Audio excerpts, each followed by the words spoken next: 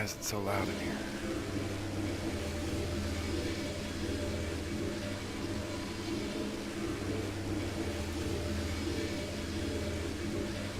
No noise, please.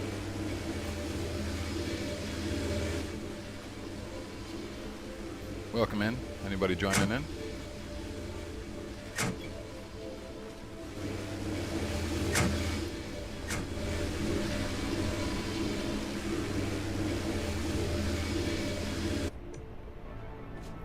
Jesus.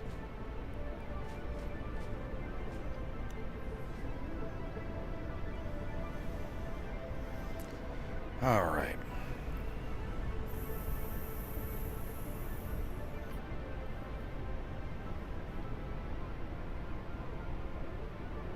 Oh, did I freeze? Oh, yeah, I did. We're good. So with this guy in there, all of these in there, that can just be yeeted out.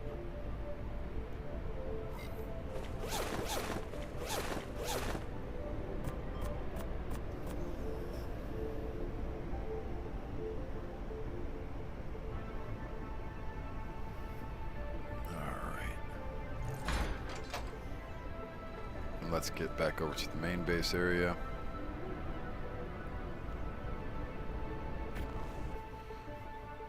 We need to put this transmitter into the transmitter.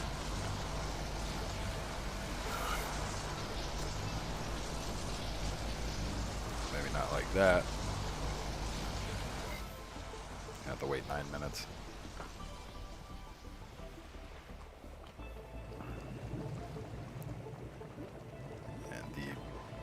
Basilosaurus needs to go over here.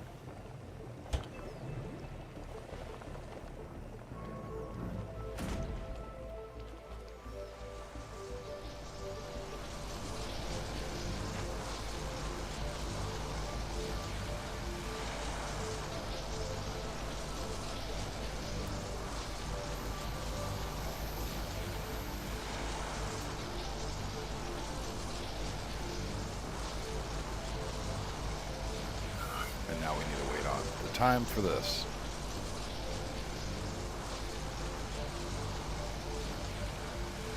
Which is always great.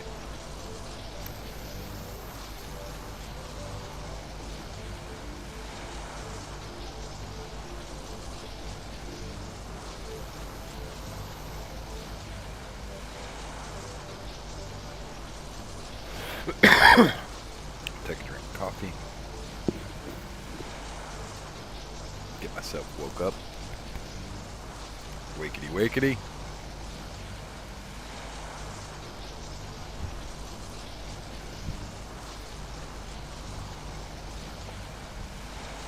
Oh, I need to get this damn mic. Probably gonna get it in the next couple of days.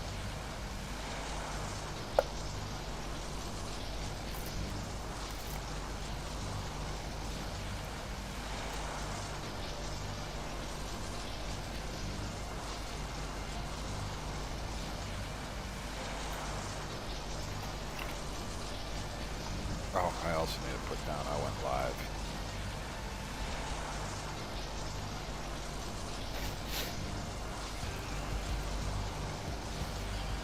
Alright.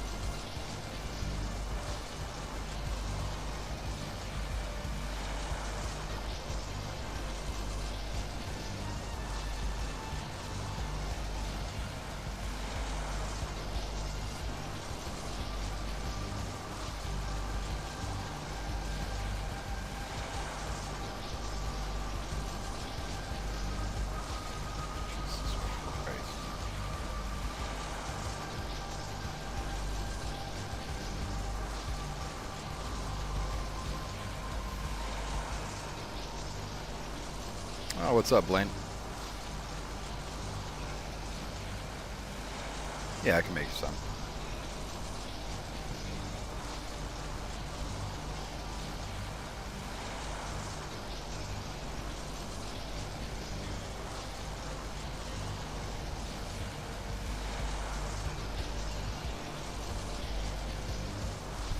That is not a problem, my friend.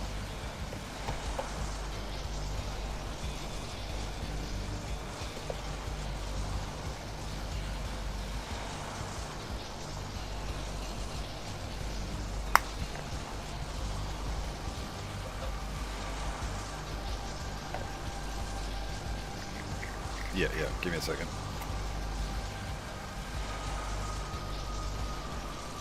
Gotta run over to my replicator over there at the mount base area.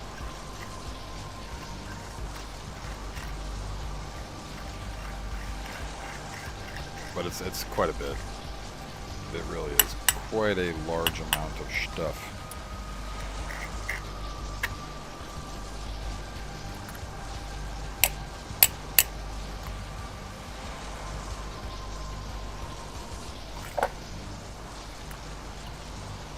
To be honest, I should make a crafter. So that way I can craft the stuff up with a bonus.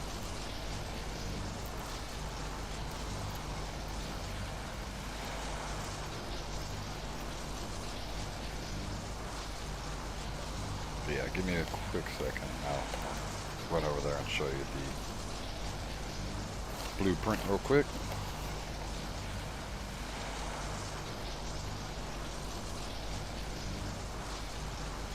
But it's like 10,000 hide. It's a lot. 1,500 metal, I think. 10,000 hide. Fiber.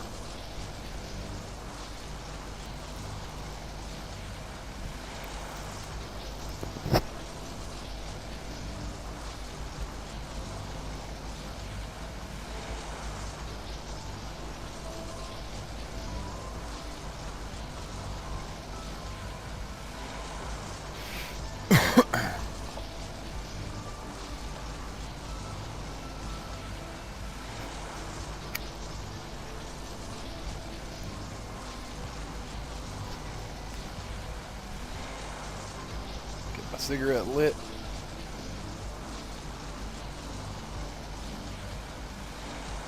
Ah, very nice, man. Very nice.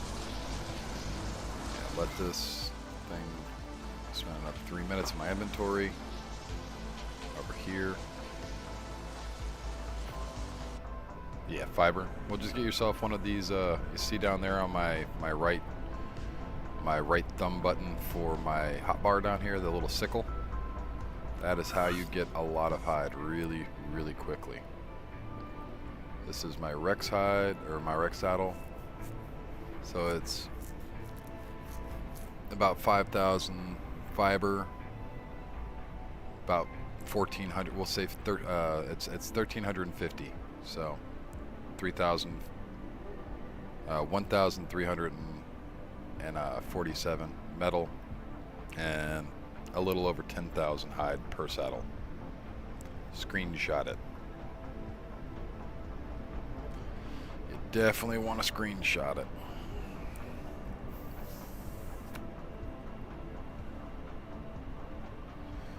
Actually, let me this, that.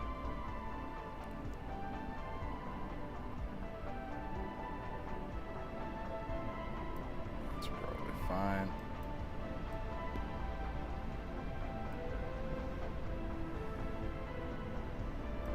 That's probably fine.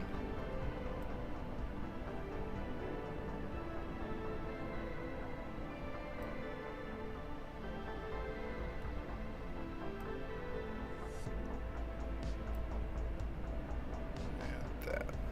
Make myself look a little less.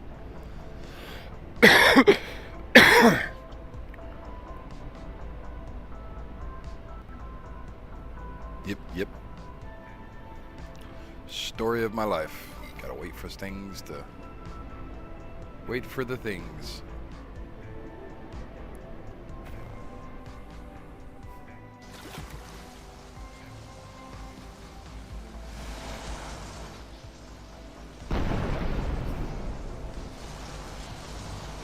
Let's get over here. Not far along. We got a minute.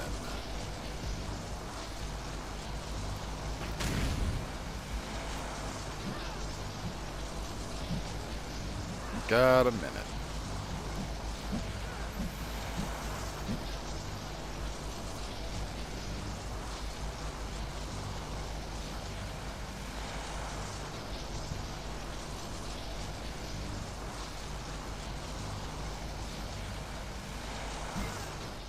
What's up? Oh.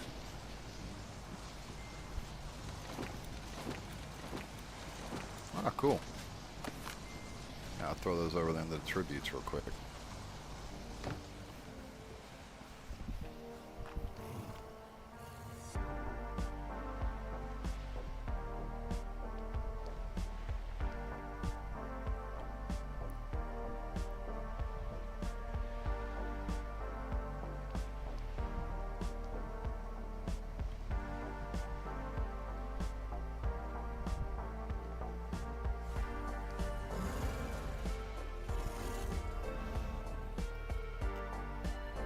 Let's put these over here in the box.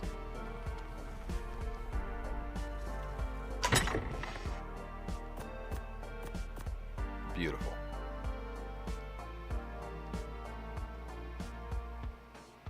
It's enough for 11 boss runs right there with these guys.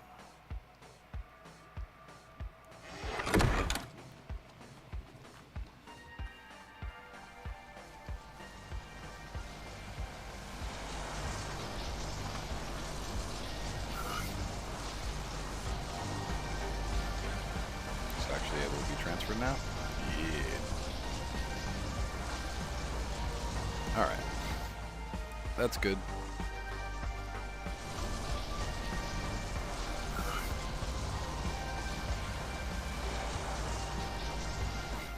It's a good thing I looked at my cosmetics. I do not want to drop that dodo.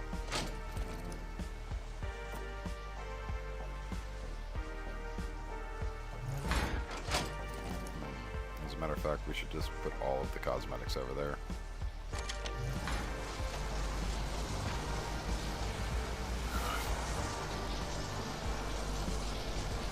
Alright.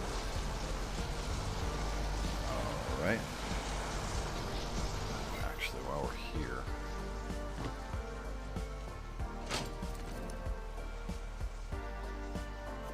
that out. Should be good, right?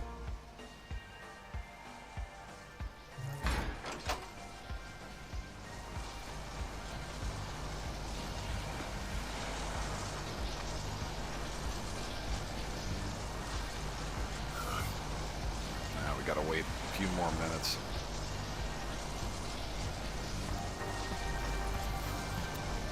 So I re-downloaded a game that I actually enjoyed playing a lot.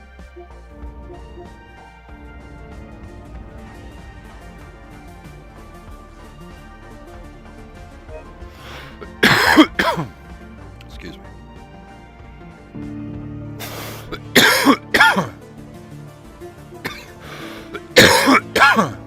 Excuse me.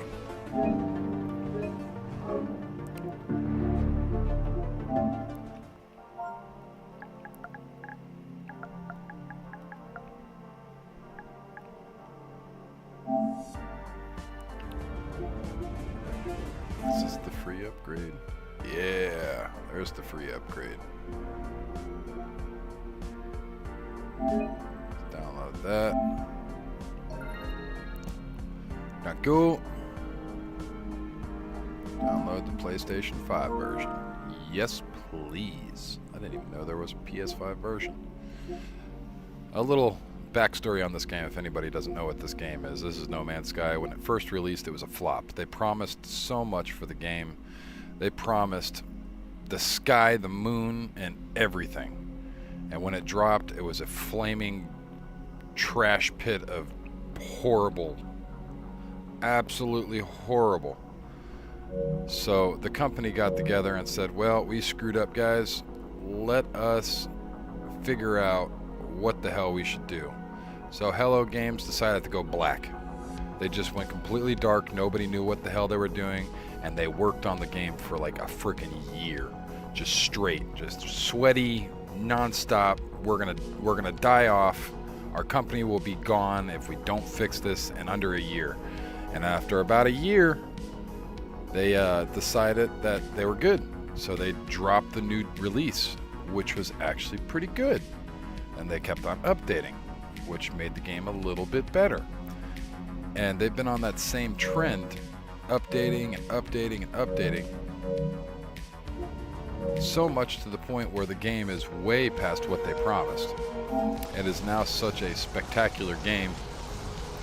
All the updates are free, all the DLC is free, all of the everything that they are doing, and people are like, stop, let us pay for some of this DLC, and they're like, no, we I want to cuss. We messed up, and we're gonna own up to it, and we're gonna make this game entirely free. As long as you buy the first initial game, like when you first initially buy it, I think it's like 40 or 50 bucks. Everything after is free. They go with the old school gamer mentality of when you purchase a game, you own the game and anything that comes from the game. So it's an amazing concept. They used to do that a long time ago with like the Nintendo 64 and all that stuff. But yeah, they're one of those companies that actually continues that. And because of that, I love No Man's Sky. It's an explorations game. There's 18 quintillion planets. Let that number set in. You'll never be able to see every planet. They have randomized alien creatures, so you'll be on a planet and it will just be a randomized creature set of just different, creatures that are just randomly generated. So you get some weird stuff. But it's actually a genuinely really good game. There's base building now, you can explore with your friends, there's ship fighting, there's piracy, there's a whole bunch of crazy stuff. It's a genuinely fun game.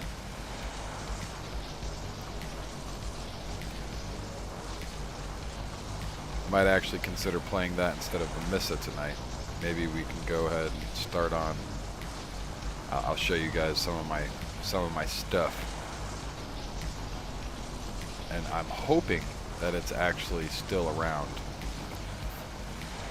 because I'll have to transfer saves from my old PlayStation to my new PlayStation, but because I used the cloud on my old PlayStation, I should be able to pull from the cloud with my new PlayStation, hopefully. That's the idea.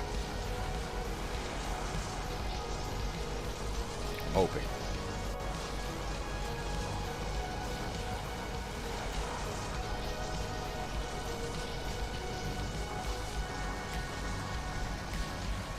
Yeah, it's a very fun game. And people can still come and play. Like, that's the thing, is it's an open world.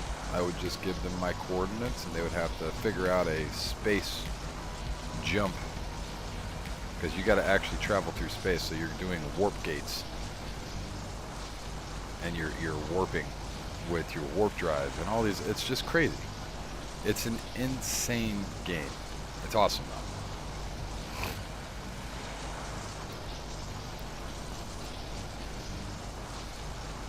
You could do space freighter. You can freighter around goods to other worlds. And I got to the point where I was crashing economies. So I have hundreds of thousands and thousands of resources. I'll go in and buy all the resources out of an entire colony, an entire system's worth.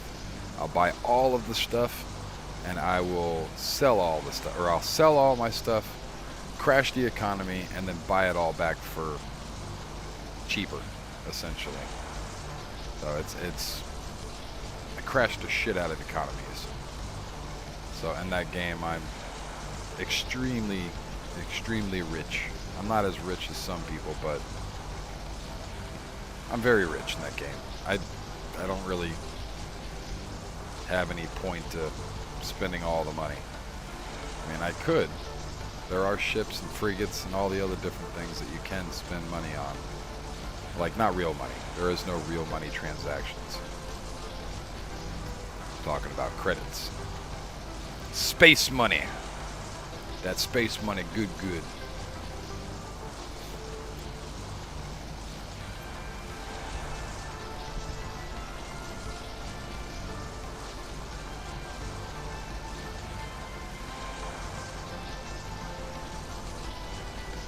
But for now, we are going to get our butts back over here to Scorched Earth and try to do some more wyvern killing. When we're done with wyvern killing and we're done with this boss, God knows what we're going to do next. I'm just trying to kill time. Aberration will be dropping, and that will give us months and months of play. Right now, we've done months and months of play already. You see what I mean? Like, we're at a standstill with content. I can try to do the same damn cave a million times. Let's go do the swamp cave. And then guess what we're doing later? The swamp cave. And then after that, we're going to do, you guessed it, the swamp cave. It's like,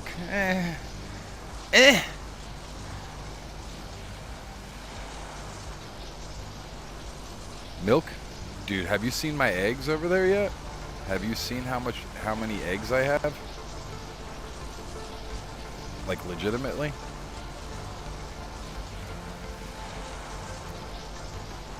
Do you know how many decent eggs I have?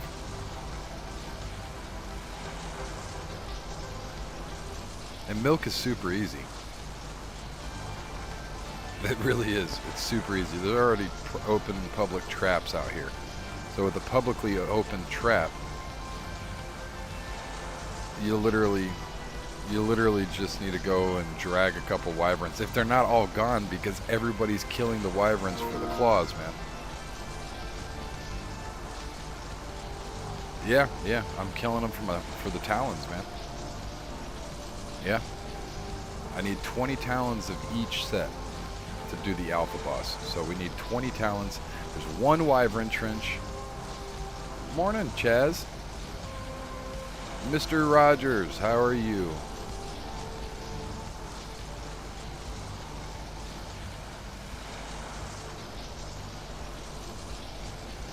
But yeah, dude, everybody and their brother is over there. Everybody. That's literally the only wyvern trench in the entirety of the map. So that's real spread thin with the amount of talons that you can get at one time, because there's not enough spawns. Not enough people are awake. My favorite saying is when somebody asks me how I'm doing. Hey, how you doing, man? Alive. Breathing. I'm breathing. That's how I'm doing. I'm breathing.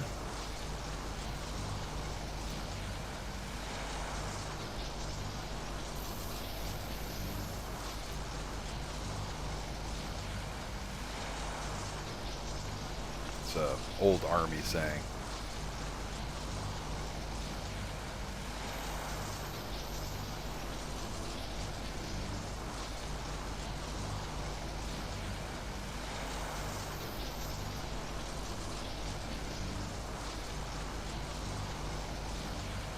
Why is this guy blue? God loves the infantry!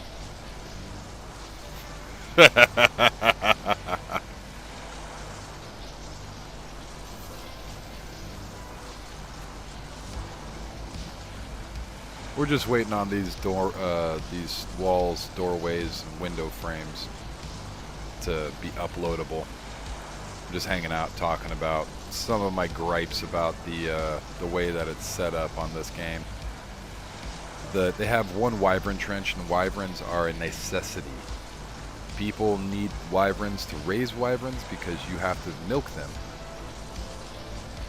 And we're just kind of hanging out. I'm trying to get back over to Scorched Earth and finish up some of the stuff I'm doing over there, as well as I've got a transmitter here with us, so we'll be able to use the transmitter to get back and forth between the two servers way easier instead of having to run around.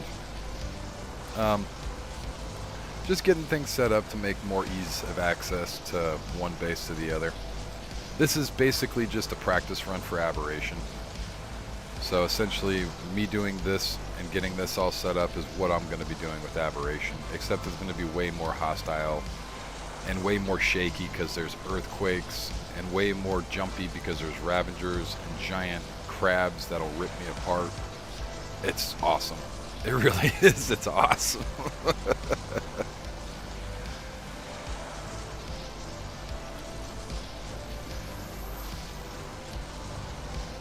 I just don't like Scorched Earth because of the weather effects. I hate the weather effects. I can punch a Ravager in the face. I can figure out how to outsmart a Ravager. I can figure out how to get around an area. I can figure out how to make a suit to make it to where I can get through the poison. I can figure all that stuff out. I like that challenge. The damn weather effects, where it's just like, hey, sit here for fucking for freaking 10 minutes because a video game is having an electrical storm. I just can't. I hate it. I hate it so much. Yesterday we stood there for like literally 7 minutes.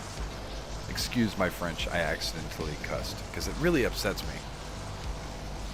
But we stood there for like 10 minutes. Just hanging out for 10 minutes, just doing nothing. Like we're doing now for 15 minutes, trying to get some damn walls. It's just, blah. This is the part of the game where I just don't like it. It's just a whole bunch of, it's like the army. Hurry up, hurry up, hurry up. Now wait. Hurry up and wait. I hate hurry up and wait. There's nothing more idiotic in this world than hurry up and wait.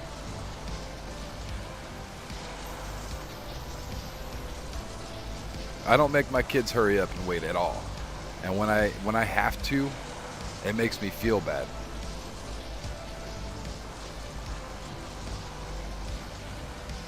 Oh yeah, those are oh god, Bloodstalkers. So the ones in the trees, those are from Genesis. Bloodstalkers, my friend refers to them as the giant mosquitoes. They're just giant mosquito things. They're mosquito spiders.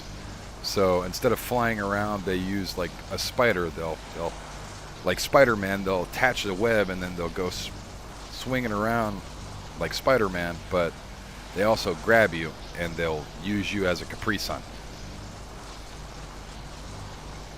They're pretty wild. They are pretty wild. Alright. So we should be good now. Everything's that we're bringing over there is uploaded. I'm just going to bring some more walls and whatnot. Oh, this is the part where I just don't like it. I don't like it. Should I be worried?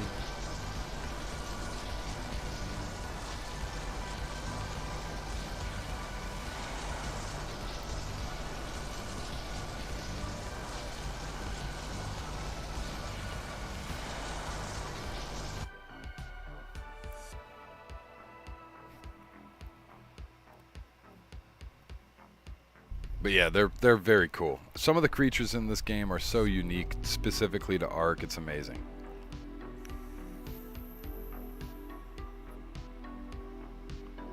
Like there are genuinely some pretty wild, crazy creatures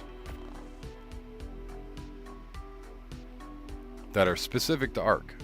Nobody else has made them or designed them. They're actually created by Ark. So some of these insane creatures like the Pyromane that you just seen me riding around on the other day, that specifically, oh, hold on real quick, give me a second. Oh no, never mind, my wife.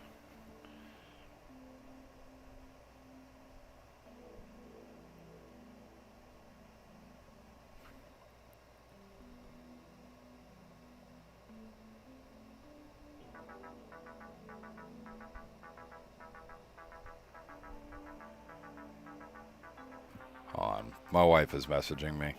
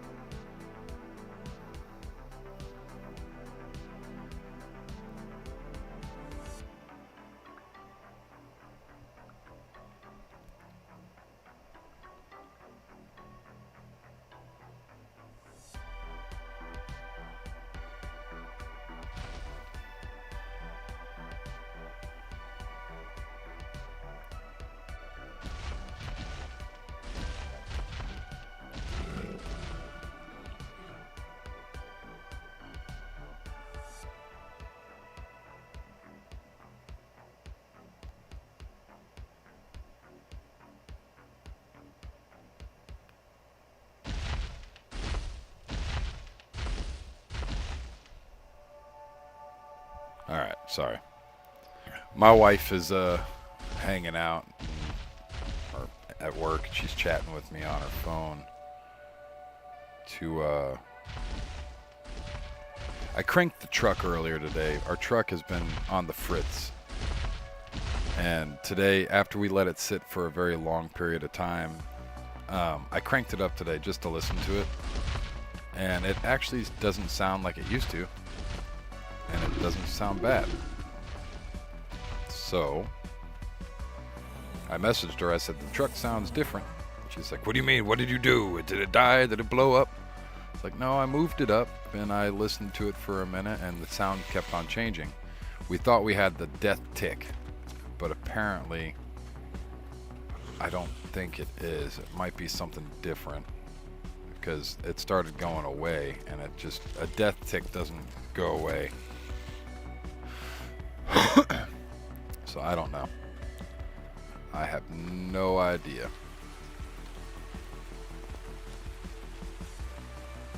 Robotic? Yeah, dude. Mr. Rogers, those are called tech creatures. They are not currently out at this moment in time, but in the old Ark Survival Evolved, they are a part of the game. You'll see random creatures throughout the Ark that are in a tech variant, which they will have metal and they will also have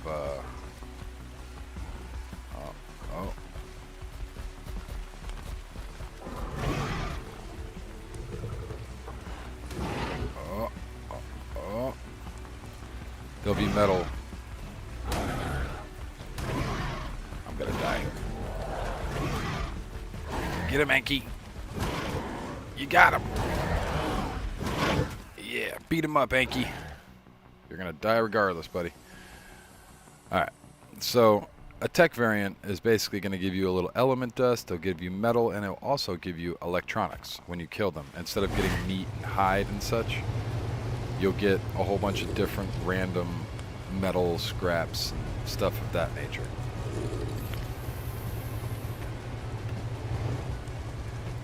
So it's one of those things that people really enjoyed having around because you didn't have to farm up electronics. You just kill a couple of tech dinosaurs and you get all the electronics you need.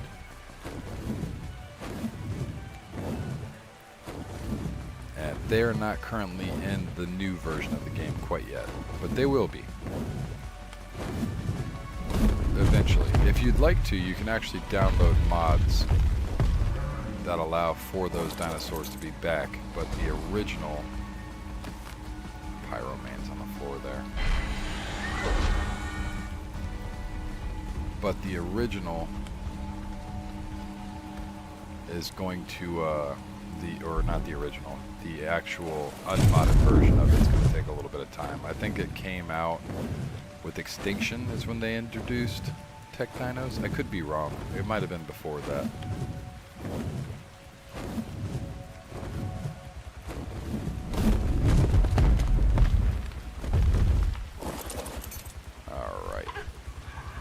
Got this transmitter and we also have walls. I would like to finish up this ugly thing. A little box here. My extremely hot idiot box.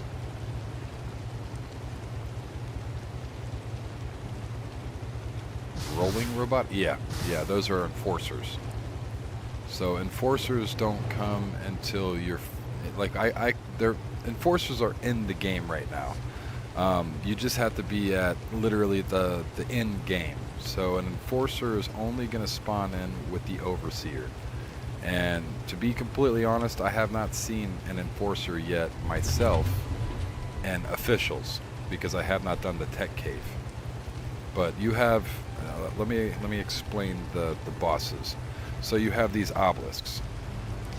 And each one of these obelisks represents a boss. These ones are a bad example because there's only one boss and it is the Overseer, so it's the boss and Overseer of this map on Scorched Earth.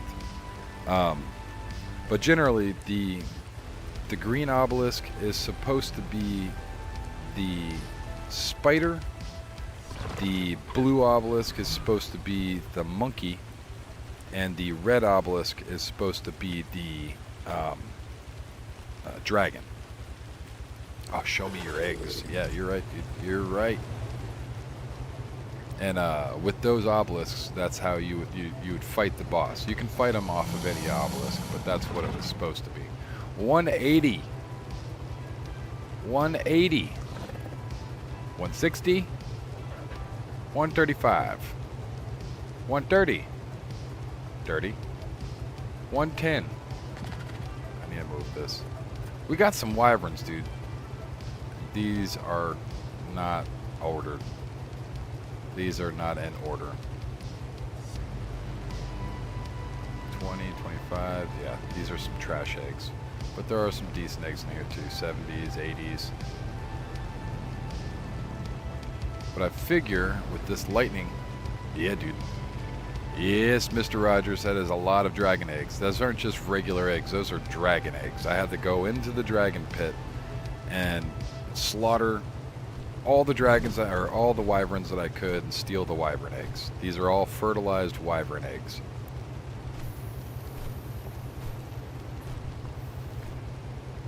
And they do take some time.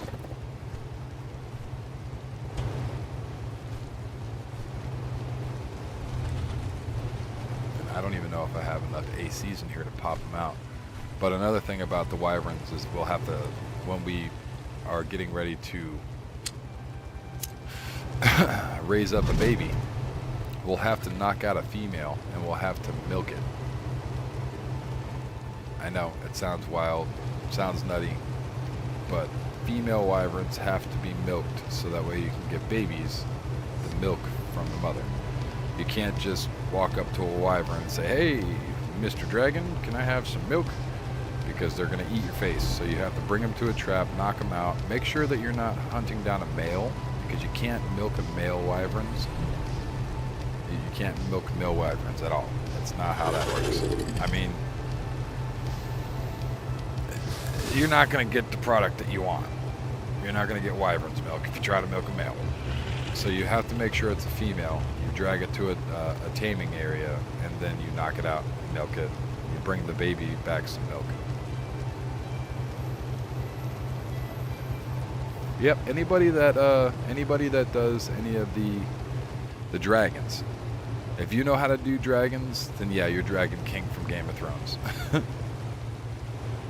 Dragons are one of those difficult tames. They are a legendary tame. And they're one of those special tames that you can't just knock out an adult wyvern. You couldn't just knock out an adult full-grown wyvern and make it your tame. You have to take it as a baby. You have to take it out of the egg yourself, and part of the raising process is wyvern milk. If you don't have wyvern milk, your baby will starve to death because it won't eat anything else. So it's a definite process. And it's not even that hard of a process either. Some of the other ones are just insane, like an aberration. One of my favorite tames is the Reaper King. The Reaper King, you have to trap, then you have to get it to you have to beat it to an inch of his life. Oh, I know. I do not have the tech spyglass either, man. Oh, you mean on here? Can we get the tech spyglass from in here?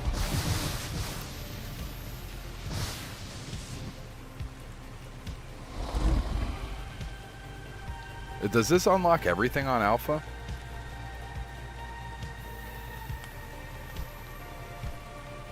Is that what you're telling me? Alpha just unlocks everything, so we literally only have to run one boss fight and we've unlocked everything? Well, looks like we're going to have to bring the boss Rexes over here. That would have been nice to know. I would have just started on damn scorched earth. Ugh.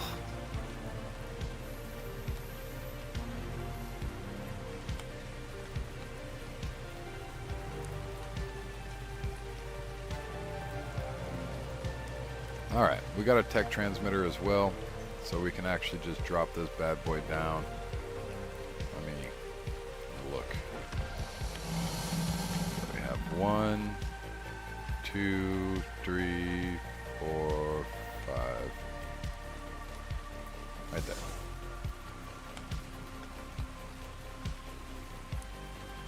We should have picked it up. Hold on. So we're right here. There's a good spot. Is that even?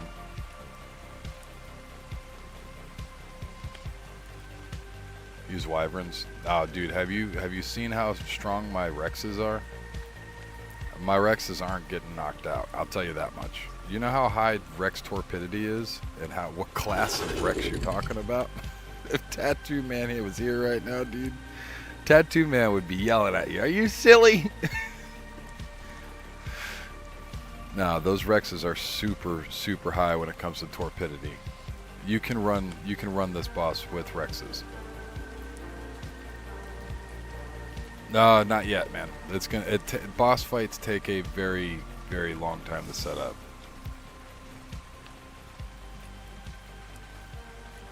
You will be able to see a boss fight at some point. But look at the torpidity, dude. You got 50k torpidity.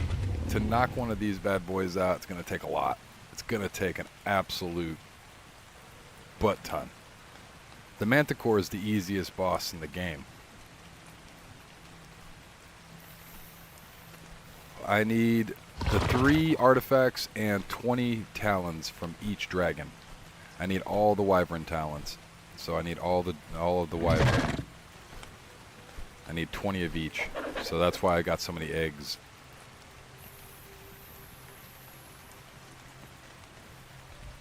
But no, I've got to be really careful with the boss. So if you look up the Manticore boss, it's actually the easiest boss in the game. It's got 75k health, which is the lowest amount of health. The only problem is if you bring in a dragon, it will constantly aggro to you because it will only stay in the air. If you bring in anything that flies to the boss fight, it's going to stay in the air and never touch the ground.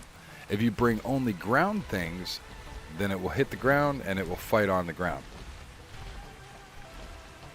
You know what I mean? So it will hit the ground and fight on the ground.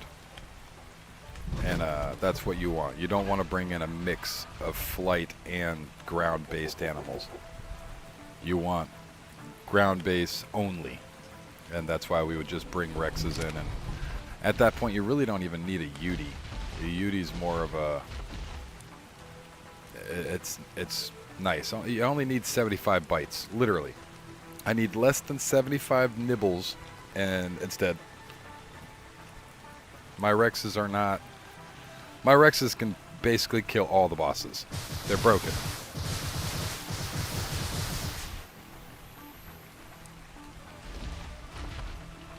And give me a second so I can turn off this damn fog.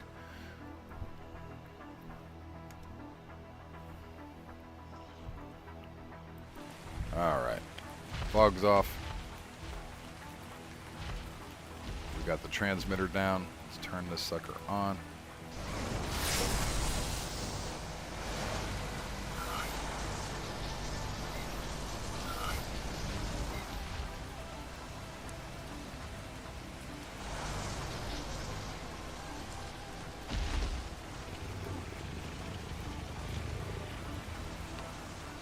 And this can go in here. Yeah, that's literally just 3 artifacts though. 3 artifacts, and this is how many wyvern talons I've gotten from yesterday. Oh, it's gonna be fun. As well as trying to maintain a decent amount of health. Let's drop all that. This and that in there. Where is my gas mask? Oh, gas mask is already losing durability like crazy. Grab this other one, I guess. Grab some water.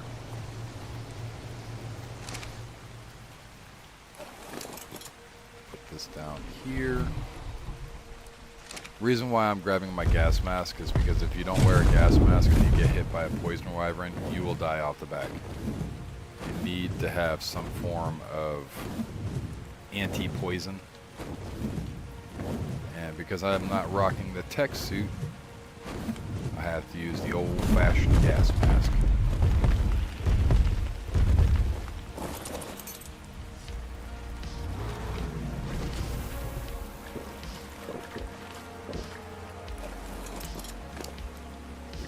We got that. Let's make flight. On the old game, yes. On the old game, I did fight all of the bosses. The new game, I'm still kind of working my way up with the officials, because officials are different than single player. Single player is great because you can actually do things a little faster than officials. Officials is such a grind. They try to make it quote unquote realistic and make it very grindy. Babies take days and days to raise.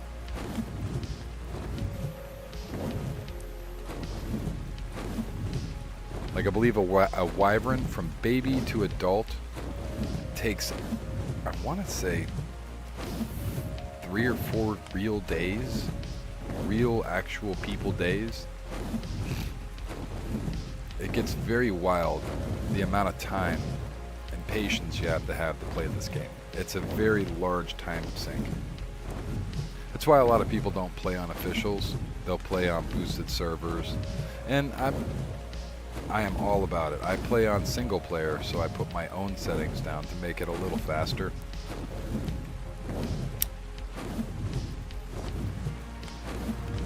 So I'll put my own settings in, and I will play the game the way that I like to. I generally don't wait for babies to raise. They generally just instantly turn into an adult within a few minutes. And I do that on purpose because I have the patience to do it in officials, obviously. I just choose not to. I'd like to get farther into the game faster if possible. And when it's just a single player game, it's not as cheaty as if you were trying to cheat in officials. Everybody's even on here, so we're all the same. We all start off on the beach butt naked. You know what I mean? On officials, it's a little different.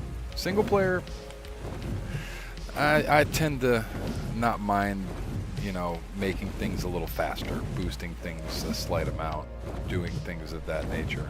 Nothing, too cheaty, but some would say quite cheaty. Like I don't want to spend 5 hours trying to travel. So I'll put flight leveling on. So that way the bird can actually level up speed.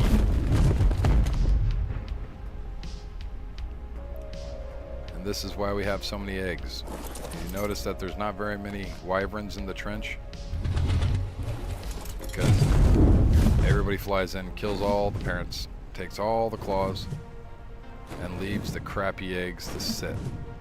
And they refuse. It just takes too much time for them to get the crappy eggs. Which is stupid because then it just wastes slots and makes it more difficult in the long run because things aren't spawning in. But there are no wyverns in the trench right now. What level was that egg? These are going to be crap eggs. They're all crap. Let's give that one a little nibbly nibble. Here, you can eat one of your own kind right there. Nibbly nibble. They do got really high satiation because it's a 50-pound egg. You're actually able to get quite a bit of food off of them. There's a wyvern. There's a couple. There's 3. Ooh. Goody me. What's this? That's a poison nest. Speaking of which, I need that. Amazing.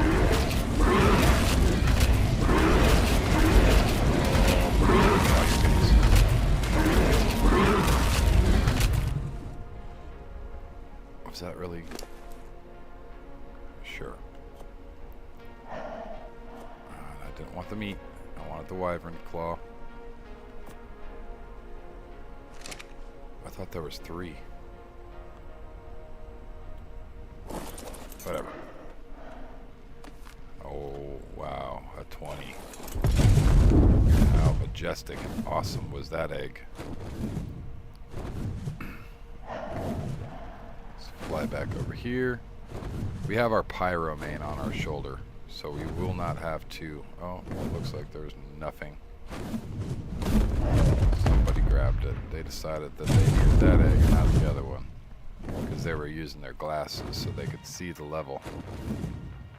And they think they're being smart, but they're actually screwing everybody else over and themselves in the long run, because nothing will spawn.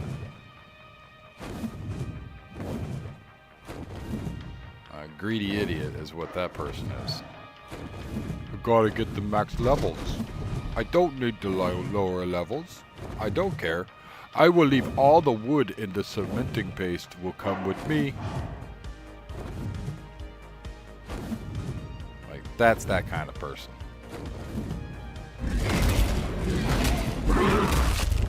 That is a beautiful looking dragon. Wow.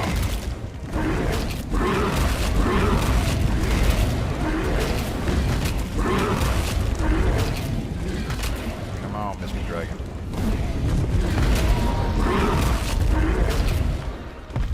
Did I get your fire claw? Yes, I did. Get some sulfur. Yes, this crap can go. Oh, the bird's like, I need the corpse. Give me the corpse. Skill issue. Welcome in, sloth. Welcome in.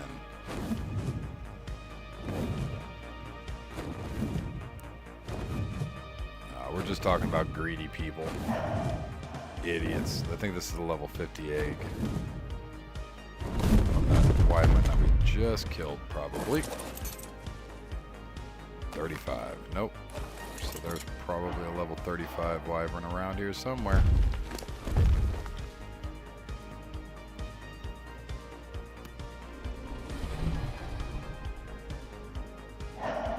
You with high levels? Yeah, we have a few high levels, but these just suck. These really suck. These are not high levels. These, my friend, are crap levels. But we got a couple of 180s from yesterday. We got a couple of really decent wyvern eggs. I just haven't really wanted to knock any female out to gather milk, so nah. Right now we've got our gas mask on because there seems to be quite a few poison eggs. And poison wyverns will kill us off the back of our wyvern. So we have to be very, very wary. That's a level 5. Ooh, we're racking in levels. We got to get all these crap eggs up because some butthead decided that they wanted to leave them and kill all of everything off.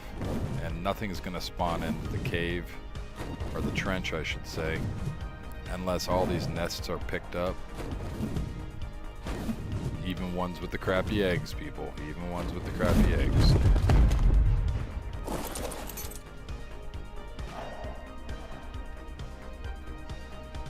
And this person just left all of the eggs. So after we clear it all out, we run back through the trench. We should force spawn in some more wyverns. Come on. You could do it. You could do it. You could do it. Jesus Christ. Yep. We can. That was a level 70. We're getting a little higher. It seems like they might have took off at this point. So might be in luck over here. There's the nest there.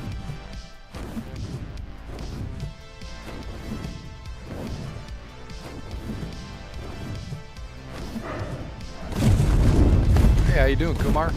Welcome in, my friend.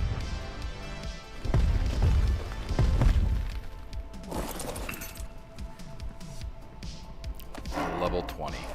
Wonderful. Nothing like a good old-fashioned crappy level wyvern egg. Is there one here. Is this the one that we just went to? Is this the poison one? No, that's a lightning. They start getting all blended together, and I can't tell if we've already been here or not. A level 10, yeah. Now we're cooking.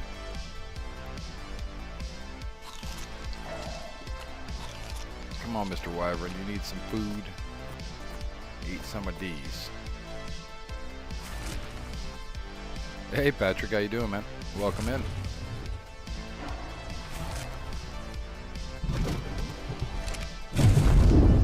Howdy, howdy, howdy.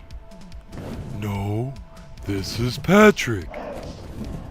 Now firmly grasp it. Firmly grasp it.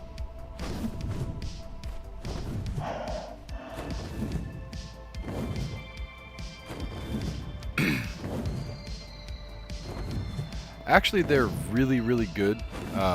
They are one of the eggs that you can use for exceptional kibbles. So kibble is one of the high-end ways of taming creatures, which has not extraordinary. So extraordinary kibble is the highest kibble in the game. Is that a 7?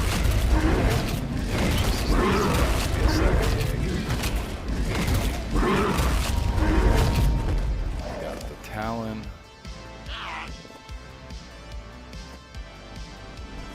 This has to be 70, right? No, it's a level 100, so we got a decent egg there. Alright. Wonder where... Oh, the 70 must be over here. The castle? Yes and no. Oh, you mean, from yesterday? Yeah.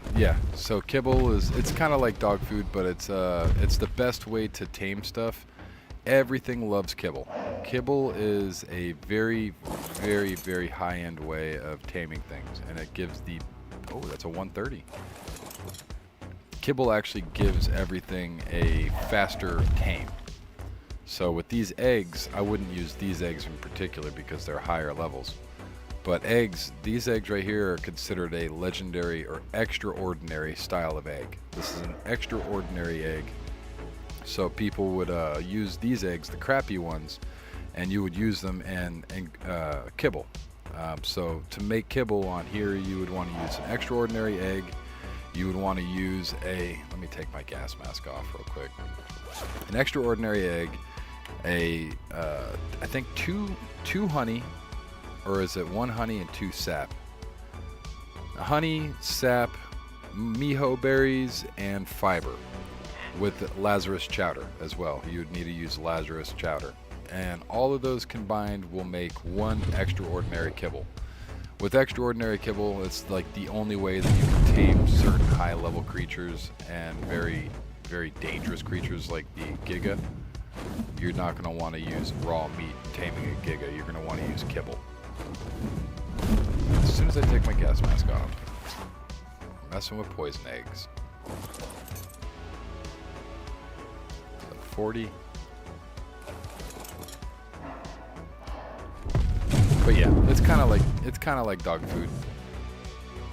It kind of looks like it in the game too. It's just kibble though. The very, very long time ago in Ark, you used to have to make specific kibbles for specific dinosaurs with specific eggs.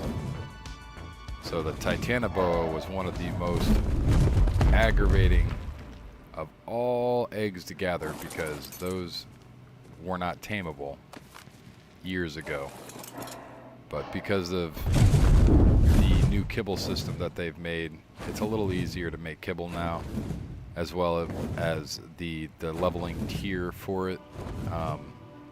As long as you have extraordinary kibble, you can tame anything. It's pretty cool.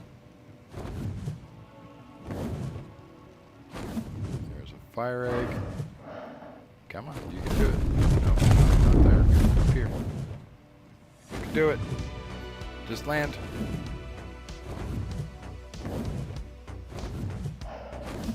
Yeah, you could. I mean, it's not dog food. Kibble is kibble. You know, they make horse kibble, they make chicken kibble. Then not just dog food, Mr. Rogers. Kibble is kibble.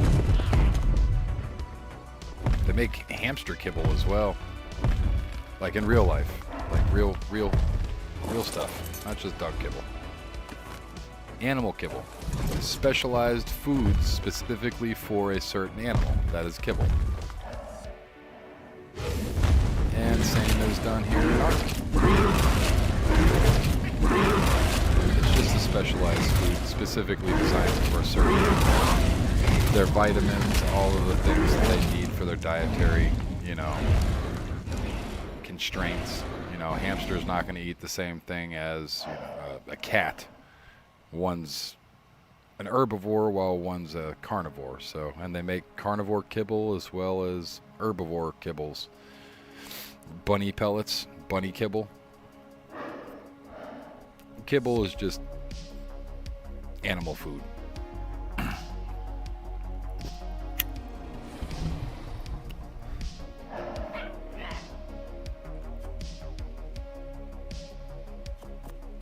Alright, so we got more of that.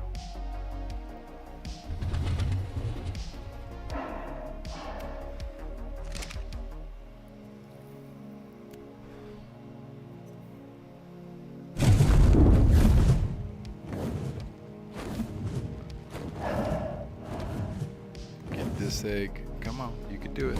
Man. Wonderful.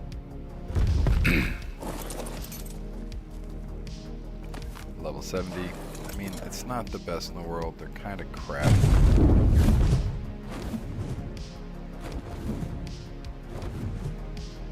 But I mean, a dragon is a dragon, I suppose.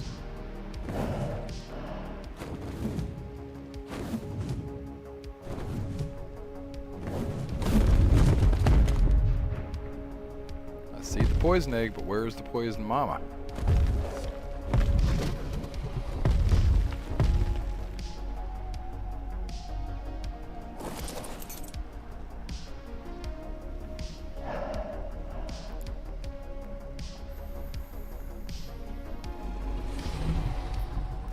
Yeah, it's not a problem, man. But kibble is just one of those things that all animals can eat kibble. It's just a specialized blend of ingredients for that specific animal.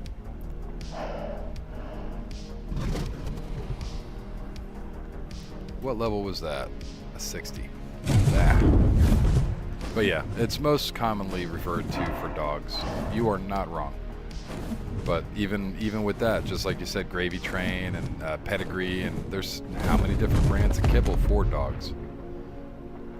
So it's not just, and it's not just one type of food. It's not just meat kibble. They have a specialized blend of, because dogs are omnivorous. They will eat anything. They have grinding teeth as well as their pointy teeth, their meat teeth, and their herbivore side of their mouth, which is the back teeth. Those are for grinding things, while the front teeth are for tearing meat. So they eat berries in nature, they eat fruits and stuff. You're supposed to give them a mixture of different things. And an egg for their coat.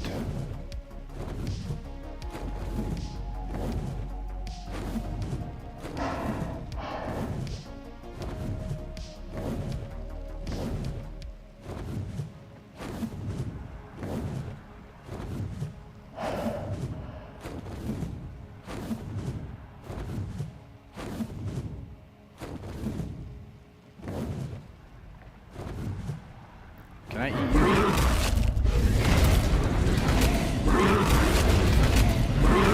Thank you. Have a nice day. I'm on fire. Give me this. Give me this.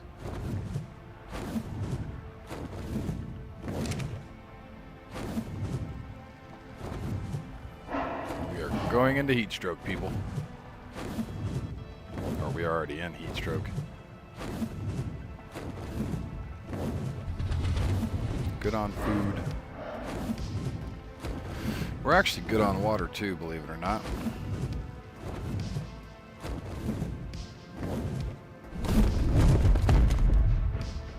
Because we took our sweet time going through it that way, we can actually go through it this way, and I figured that was going to be that level 20.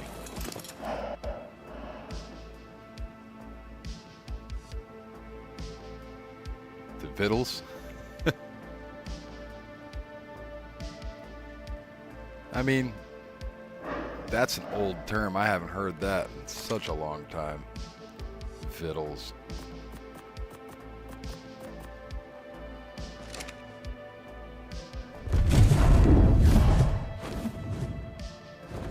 That's something my nanny would say.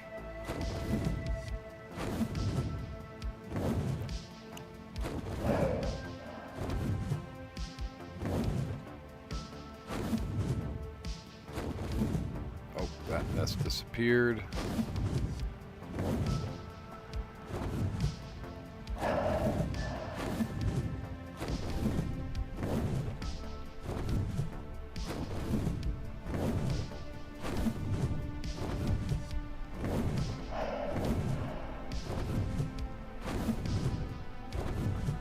But yeah, I mean, you could use whatever terminology you'd like for it.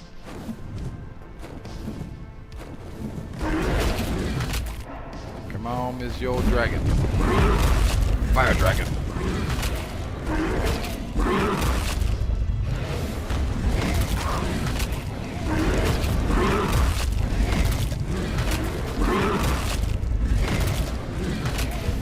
He's kicking my butt. Oh, he's kicking my butt. Well, it would seem that we need to go back to base. I know when I'm not wanted in the pit. We gotta wait for the dragon to heal up a bit.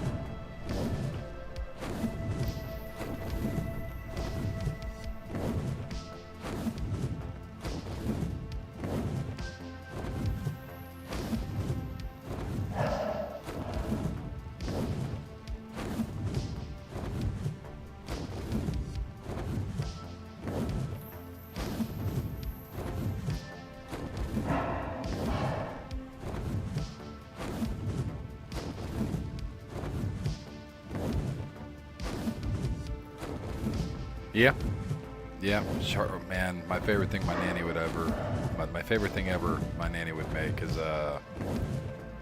chili. No bean Texas style chili. Just delicious. And I know it was a simple meal. I know she made it with love though, and it just sat there on the stove all day, just slow simmering. It's just good stuff.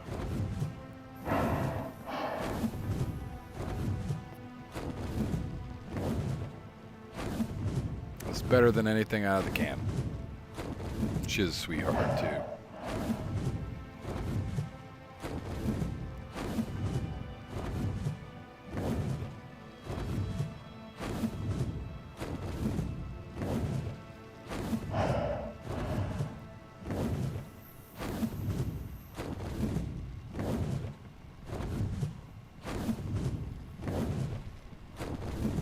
Is, I should say, not was.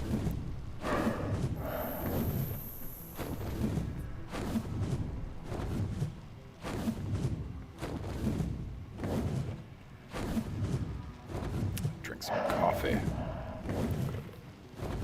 But yeah, I'm out of state, so it's very hard for me to visit any of my family.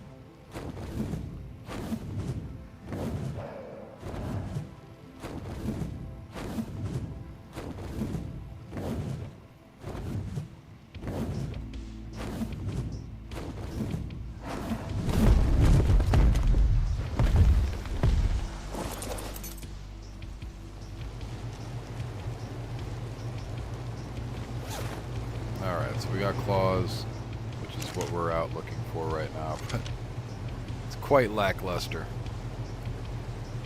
Quite lackluster indeed.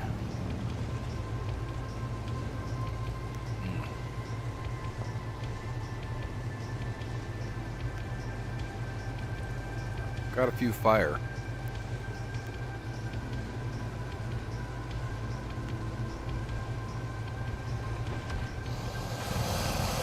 We're really lacking on poison and lightning, though.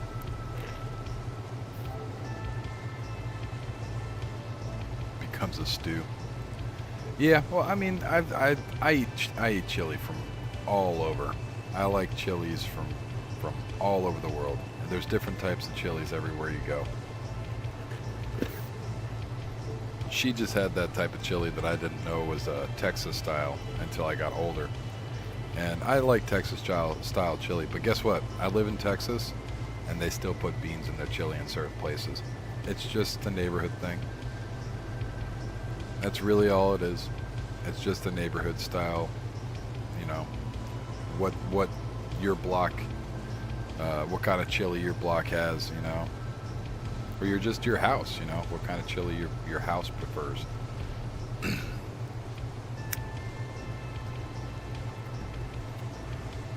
But I love a good chili. I love a good chili. Chili is my thing. I love it. I can eat chili all the time. Chili at night, though, is not chili at night. Chili at winter just is better. And here's another thing. Oh God, tamale. So, like Americans have chili season. Do you know that Mexicans have a tamale season? So our chili season, that you consider our chili season, when the months start getting a little bit crisp outside, things are starting to cool down, and we're like, this is a great time for soup and chili. Mexicans are the same way, except it's with tamales. And tamale season, every Thanksgiving, man, I have quite a few Mexican friends out here, and proud Mexican friends. Don't tell them that they're Mexican American. They're freaking Mexican, and they're proud of it. Don't take that from them. They're good people. But a couple of my Mexican friends, they actually, a few of them like making tamales during the winter. And man, we've become accustomed to just getting, we will buy them from them. We'll get a big Walmart bag of just, 50 tamales. And oh God, you put them in, yeah, they're great. You put them in the fridge or the freezer, and they last for a while. You just steam them, and they come right back to life. And there is nothing better than a homemade tamale. I know I'm butchering the word, but I've really, really become accustomed to Mexican food out here. I love Mexican food now. I wasn't as big on Mexican food when I was younger. And I especially hated cilantro. Cilantro sucks. But out here, cilantro is delicious. Cilantro is great out here. I need a mic. I hate this thing. Hello, Alfonso.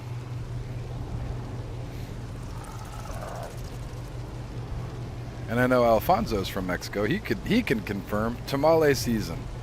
Tamale season is upon us, correct, Alfonso? Here in the next month or two, maybe 3, like the end of October, November, tamales. Oh, I'm excited. I'm so excited for tamales.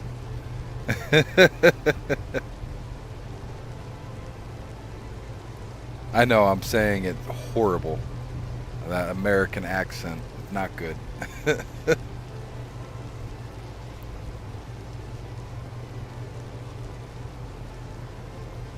I'm excited for it, though. Yes! Yes! I was explaining to Mr. Rogers that chili season here in America, we have what's known as chili season. And I didn't know this until one of my Mexican friends told me. He's like, yeah, chili season and tamale season are the same. It's when it starts getting cold outside is when, in Mexico, we eat tamales. I mean, you can eat, just like here in America, you can eat chili whenever you want. You can eat tamales whenever you want.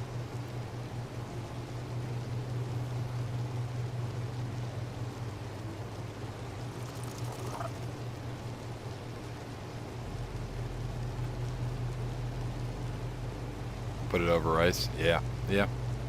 I mean, there's nothing wrong with that. It's all about the grind. It really is. Your corn tortilla and your corn wrapping, the tamale wrapper. Uh, it really depends on the grind of the corn.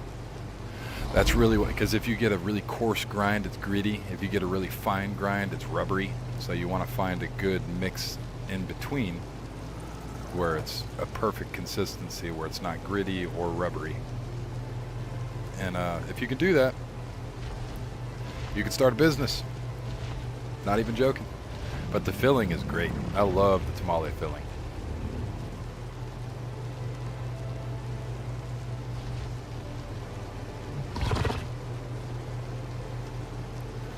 Oh God, matzah.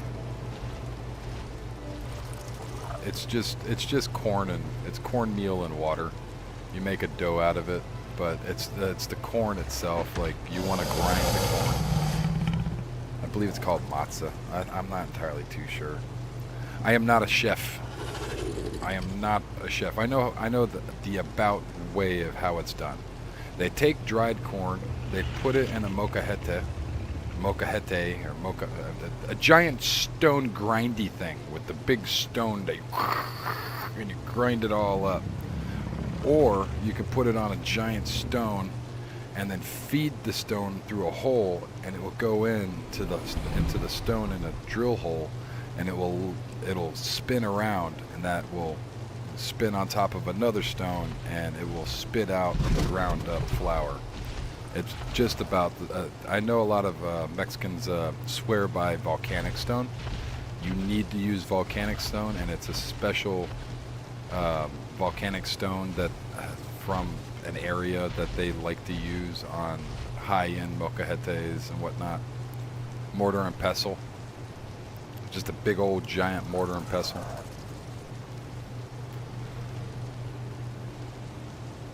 It's cool stuff. The more I try to learn a little bit about cultures like that. But I'm horrible when it comes to language, man. I brutalize people's language, and I feel horrible talking about their stuff because I'm not as educated on it as somebody that's done it their whole life, you know what I mean? So I feel like I'm just brutalizing their language. But you get what I'm saying.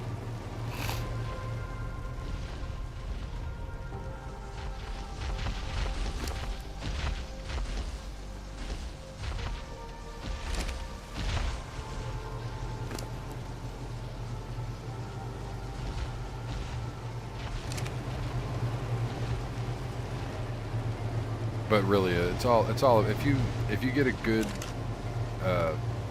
good Mexican chef that knows what they're doing, it's delicious. It's absolutely delicious.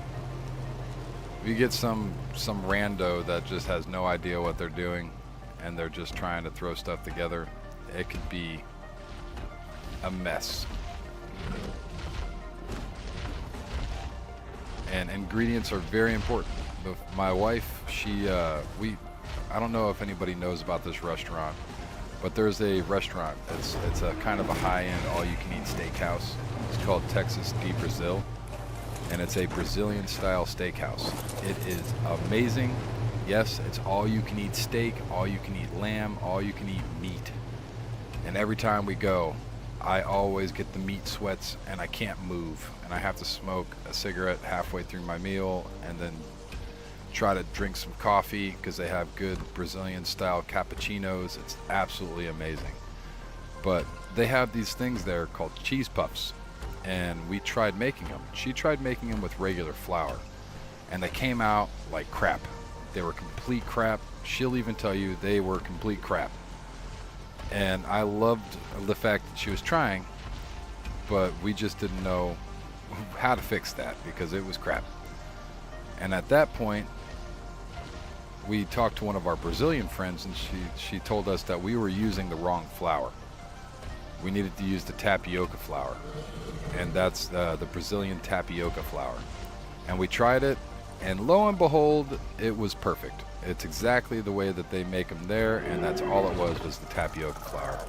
So if you use the wrong ingredients and you make something, it might look like it, but you're going to taste it and you're going to be like, wait a second, this isn't what I got. This isn't what it is. And that's because you're probably using one of the ingredients wrong, or you have a wrong ingredient. You see what I mean?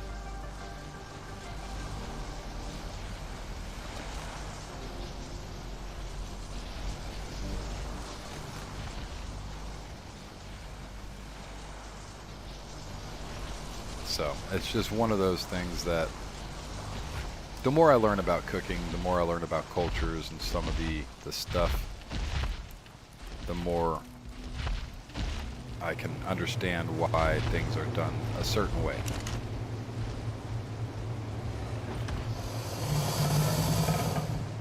And with real Mexican food, they do it a certain way with certain ingredients, that certain way for a reason.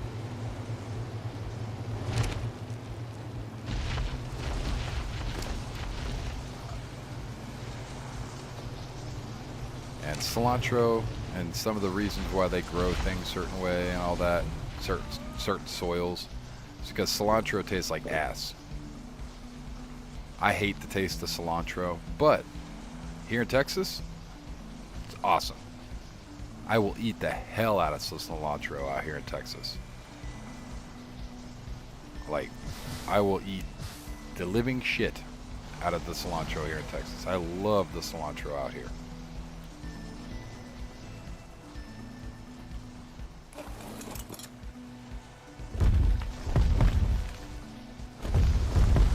We got ourselves a little outpost.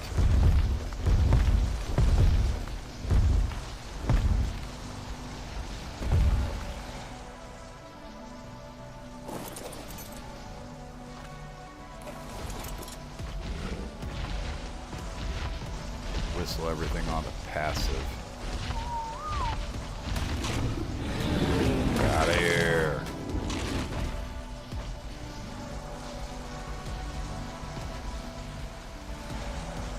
You're gonna be annoying now.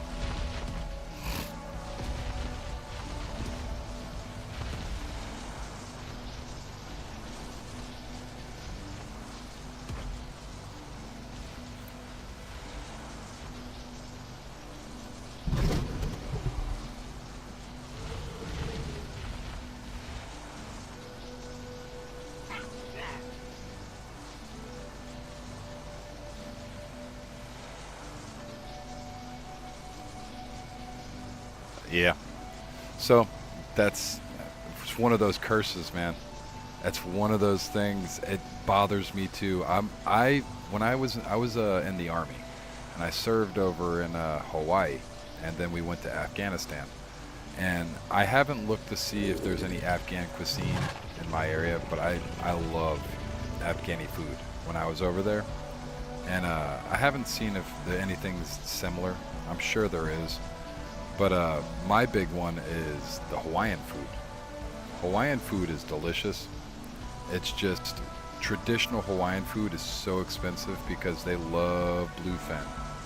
Bluefin tuna is my favorite meat, like ever.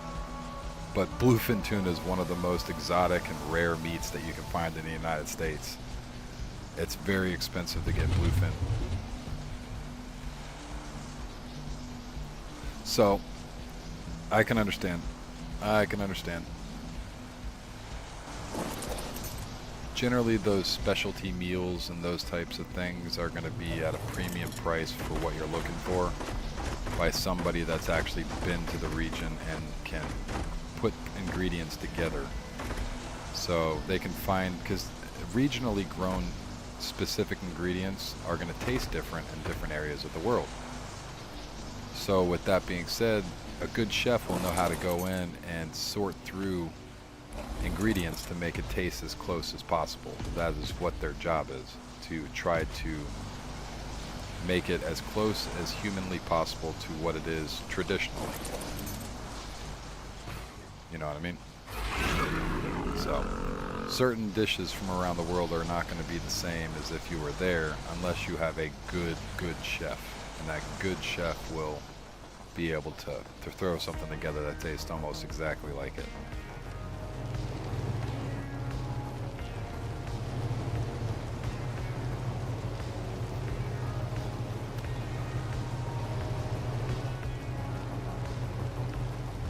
Alright, we should probably fly over and grab some water real quick while this guy heals up a little more.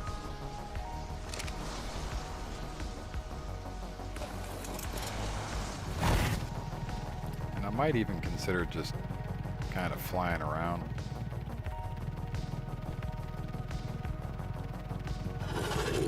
Meow. Meow. The guy's like, what the hell?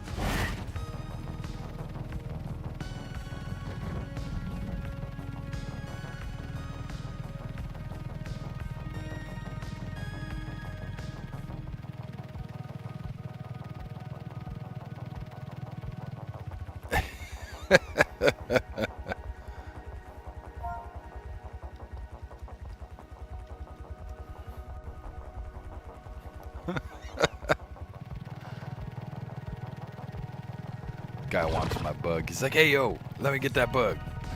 It's like, nah.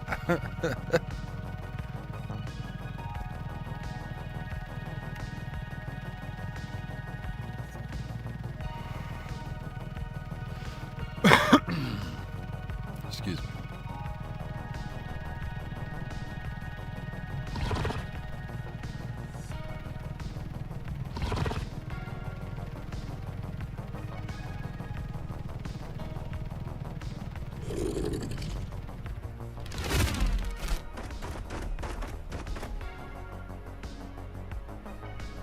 Alright, there's a purple drop there. We're going to go around and we're going to kind of look at some of these drops.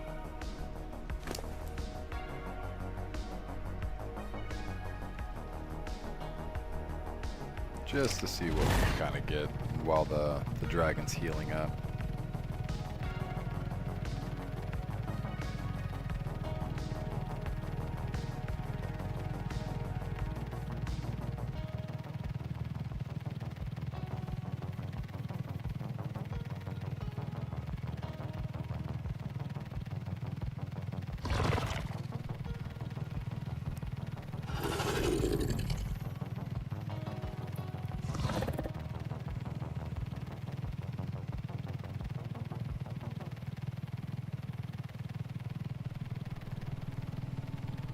A little droppy drop right here. Gimme, gimme.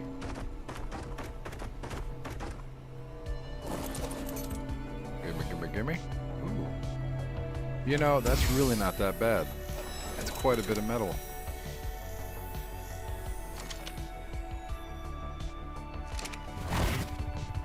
I am not upset by that. That's actually a pretty good drop.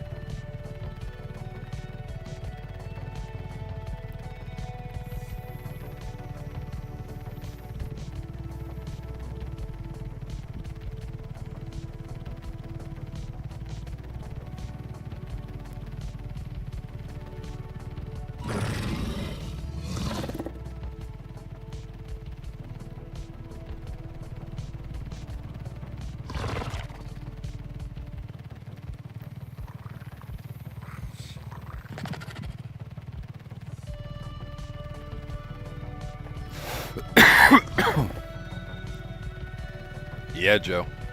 I haven't played it on the PlayStation 5, but I have played it on, well, I can't say I haven't played it on the PlayStation at all, because I have played the original one.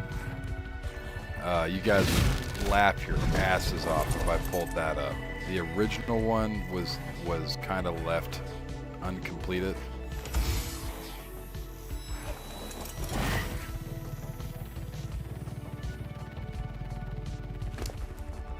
And it was in an incomplete state on the original PlayStation 4. They gave up on the actual PlayStation updates.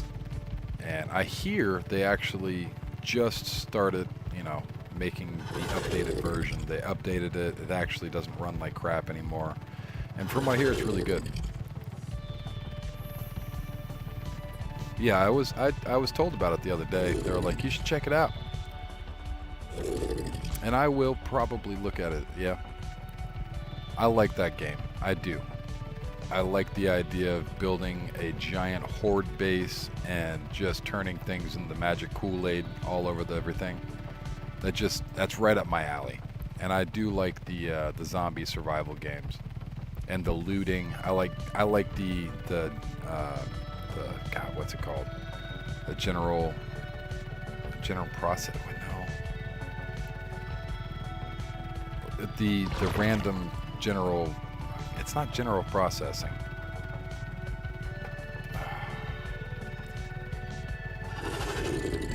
I can't believe I'm brain farting right now. I can't think of it. But it's basically it randomly will create its own cities, so you can make your own random map, and then it'll procedural generation. That's the word I'm looking for.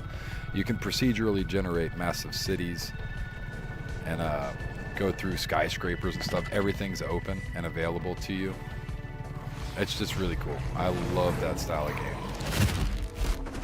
We actually just got No Man's Sky downloaded it today, a little while ago.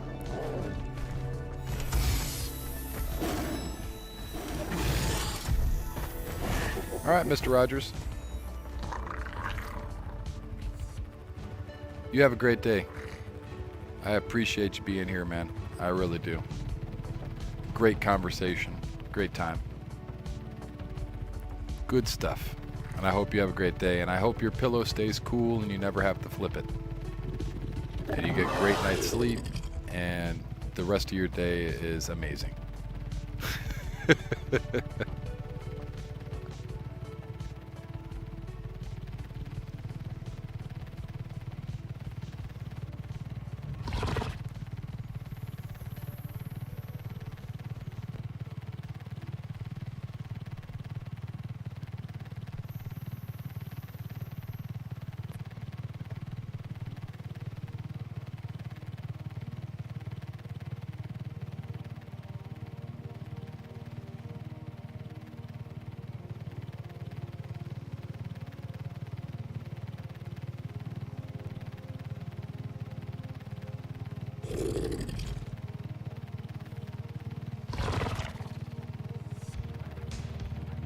Oh, that's a nifty looking little base right there.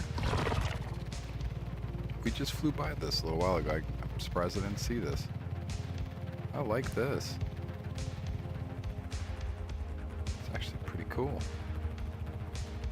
Ah, you could fit a lot more animals in here apparently. So if you load up the top here.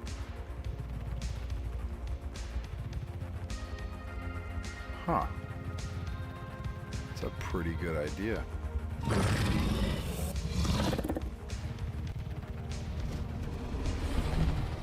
I don't know why I'm all boingy boingy.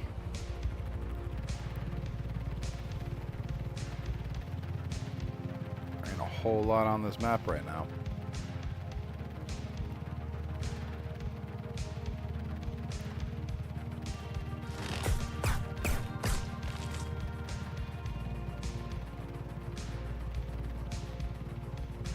People snatching everything up.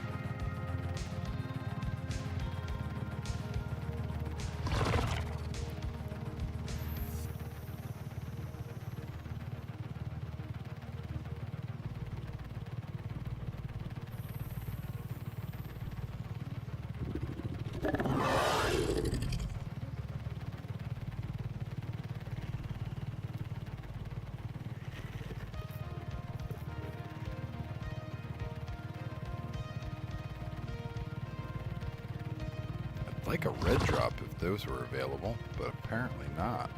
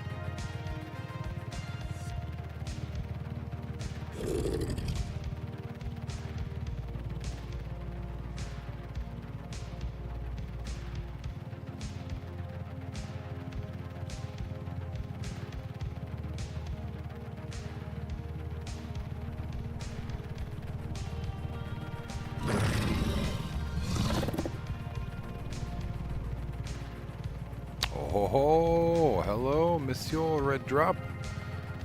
I am coming for you.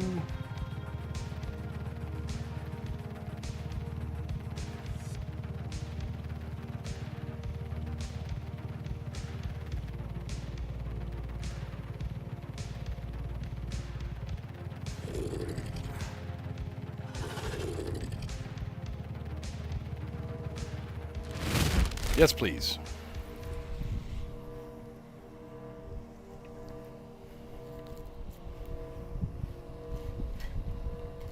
Oh, goodness gracious.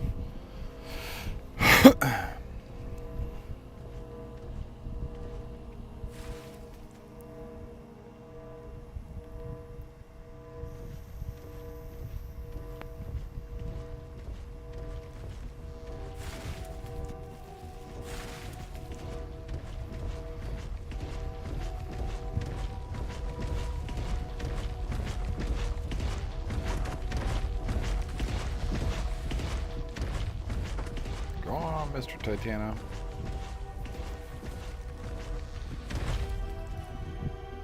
Oh, good lord. You big goofy goober.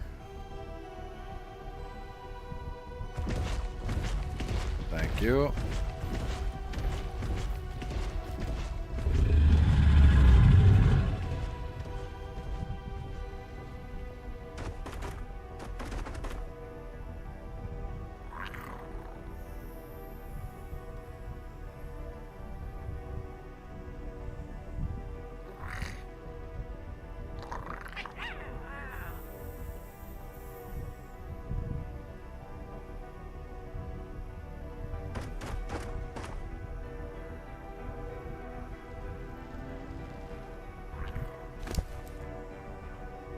Deposit all that.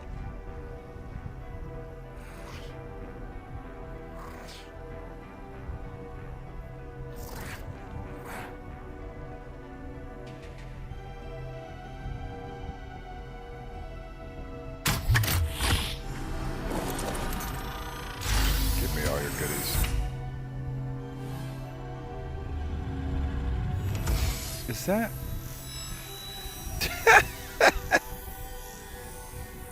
Is that a blueprint? No, it's not a blueprint. That would have been good if that was a blueprint.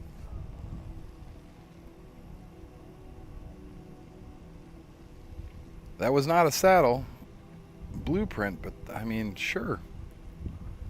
I'll take a free top end max saddle for a Rex.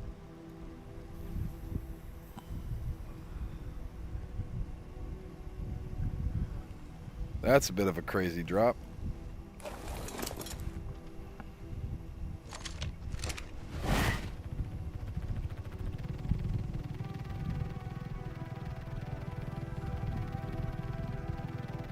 Let's go over here to the yellow drop. I'd love to find a chainsaw blueprint if possible. That would be nice.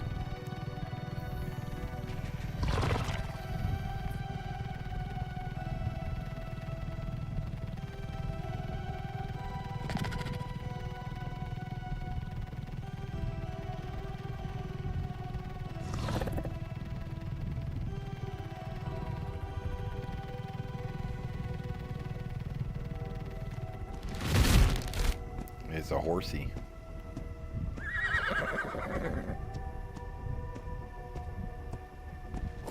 What level horsey are you?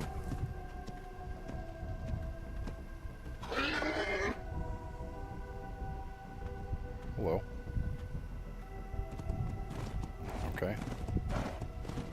Well, goodbye.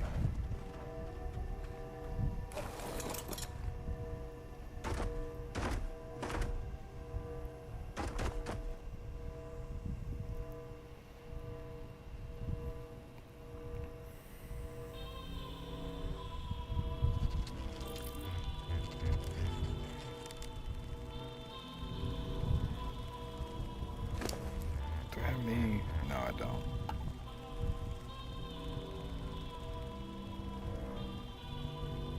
That's a pretty good amount of darts. Hold on.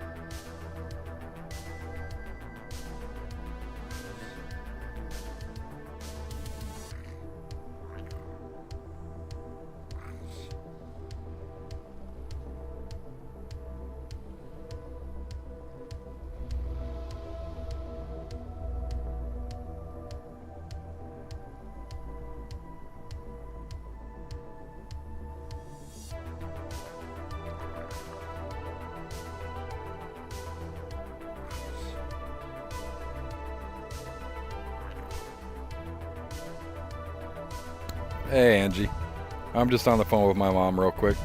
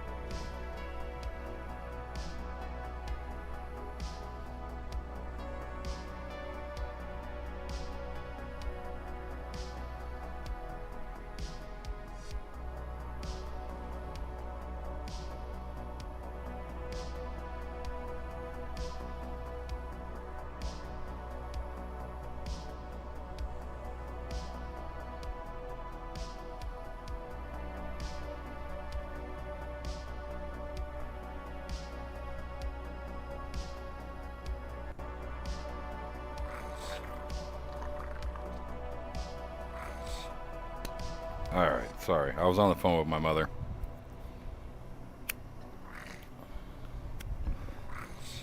We just found a Rex saddle, Ascendant Rex saddle. We didn't get the blueprint, but we got a Ascendant max level Rex saddle, which is pretty wild.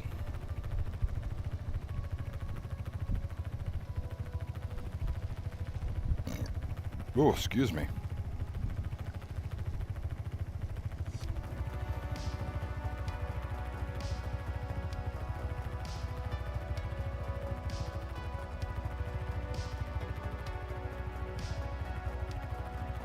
So we just found this guy, which is pretty wild. Expensive saddle.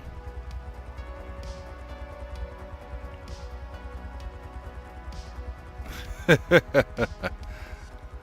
have a hard time with eating lunch and breakfast. I sometimes will eat lunch if I'm active through the day, but my body does not demand a lot of food. So I get stuffed very easily, so I can understand the feeling.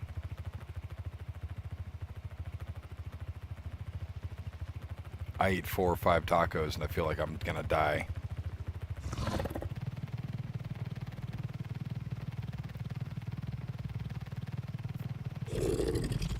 What'd you eat for lunch?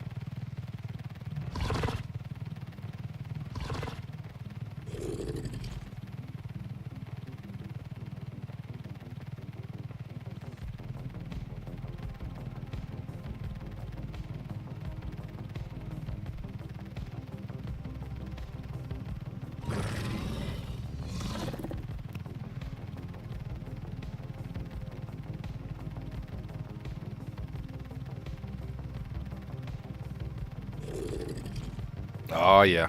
Yep. Extra onions for me, please. Extra onions with some lime. Welcome back, Blaine. Guess what we just found?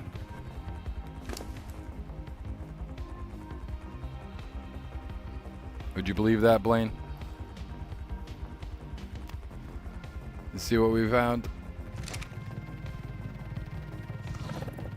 Scorched earth sucks, but the drops are great. All right, Angie.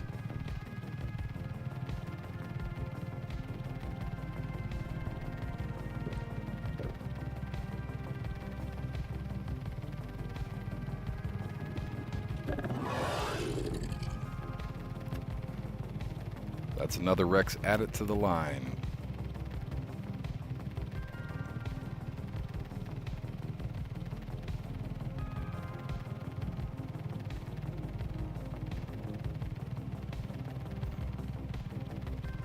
Right now we're just waiting on the damn dragon to heal up. And we're flying around with the Rhino Napha. Rhino Napha is not set up for battle. So we're not going to be doing any kind of fighting or wyvern nest. We're just doing this to... We're grabbing drops up with this guy.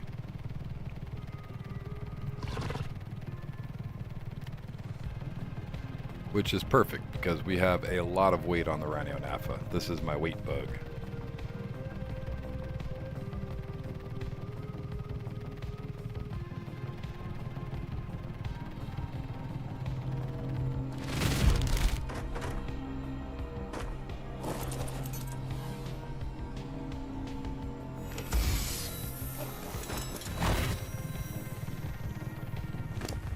Just throw all that on him.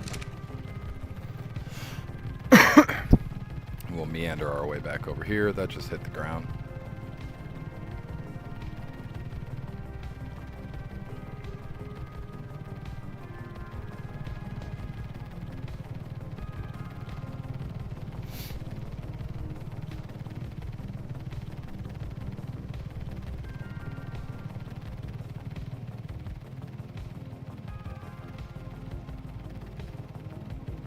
Let's work our way over here. Gonna need to pick up some more water. We got enough food to last us for a while, and it's getting dark, so it's not gonna be too costly. It's not gonna be too costly to keep our water and our food up, because it's gonna start getting cooler.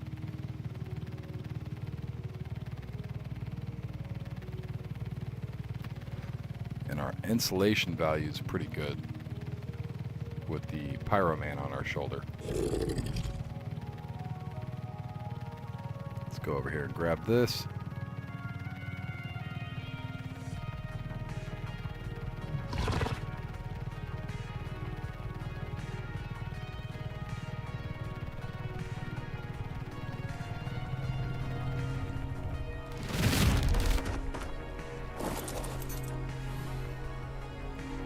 Damn, man, there's so much ammo.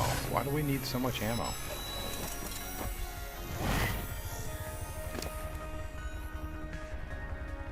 We can use that. It's actually not bad. We're getting some pretty decent drops. I'm not gonna lie.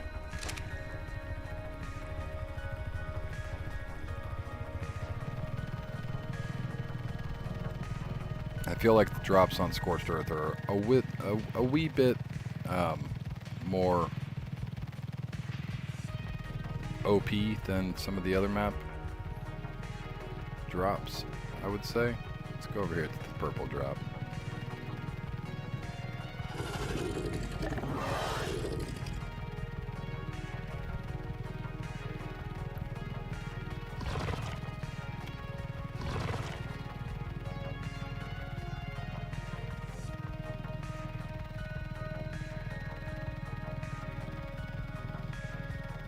And just so everybody knows, today I have an appointment somewhere at about 5 o'clock. So I'm going to probably be getting off at like 4:30ish to make my way over there. So, like yesterday, I know I'm not trying to do it on purpose though. We're going to be cutting this one a little bit short when I get back. we will be streaming. I'm thinking either a Missa or I might jump into No Man's Sky just to check it out. I haven't been on No Man's Sky. They just released a whole bunch of new content. We did our official solos for today at that point, so I might consider doing No Man's Sky tonight. But I don't know. I would like to see how it looks and see if I got my save still on there. But we might try that out tonight.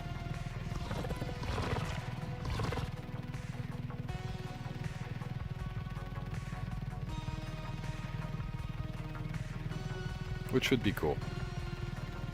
I do not have my VR set up.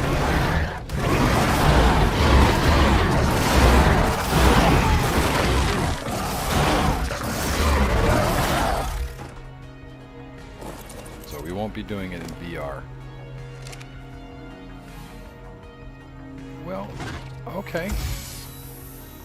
I'll take it. A bed, some saddles, and a water tank? Yeah. Sure, why not? Indeed, I will take that.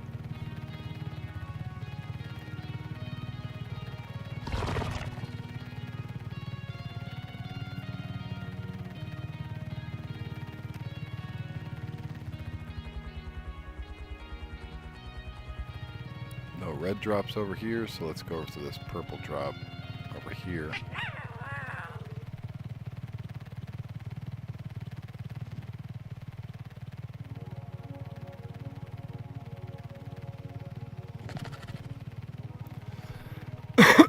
Excuse me.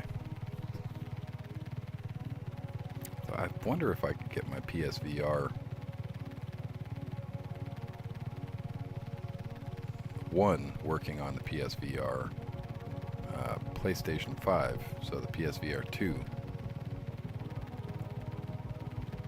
I don't know. I don't know.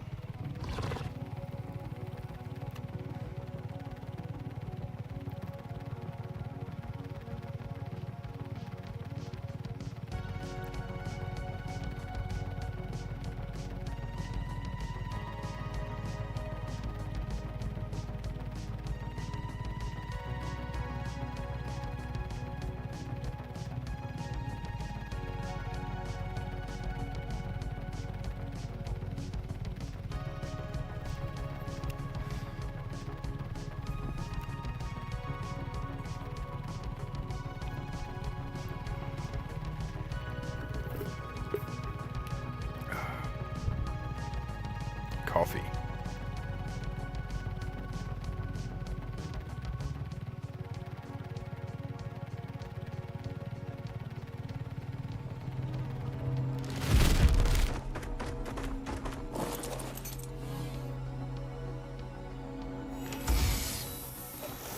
You know, I genuinely do not like Scorched Earth, but it's not treating me bad right now. I say that as I stand next to a wolf. Will you land? I don't know why you just did that. My feet are wet.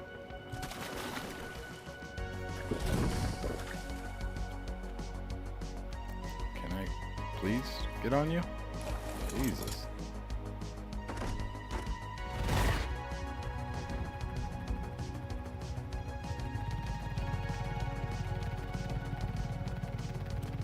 Fly way up. Throw all this stuff over there.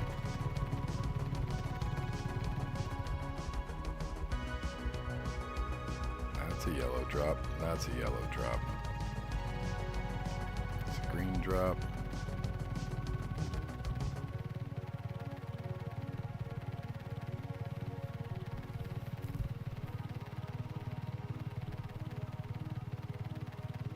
Yeah, I have the pyro on me right now. If you look up there on my hotbar right underneath the Triforce, you'll see that I've got no fire turned on and the pyro mains heat icon. I've got them on me.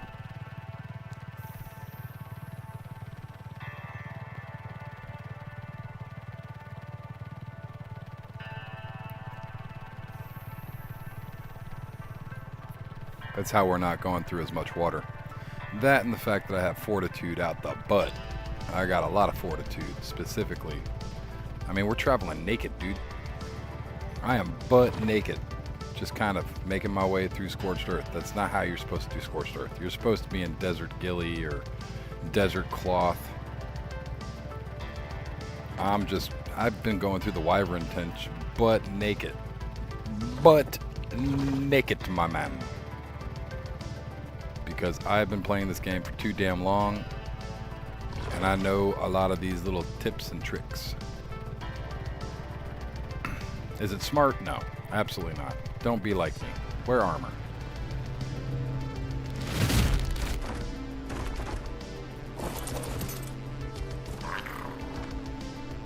Okay.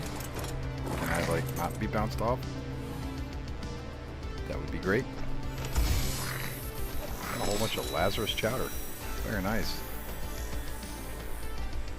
Donasukas. Pretty cool. We are getting an absolute insane amount of stuff, though. Because we're on the bug, we can keep on keeping on with it. Any red drops? Nope, no red drops. Let's go over to this yellow drop. That's why I didn't bring the dragon. I know the dragon's a little faster, but I'm not bringing the dragon just because the dragon's not going to be as good of a weight carrier as this guy.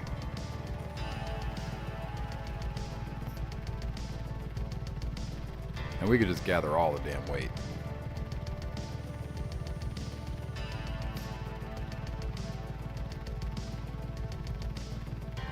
Got good stamina, good weight, good stuff.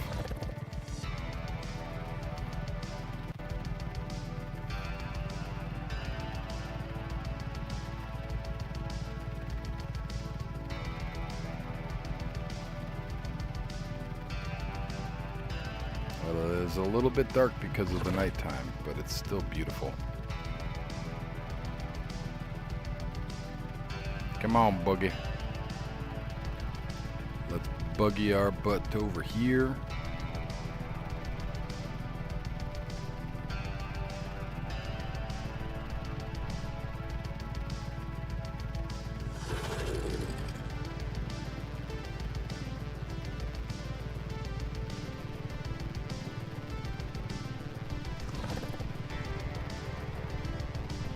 Buggy the booty. Booty the buggy. I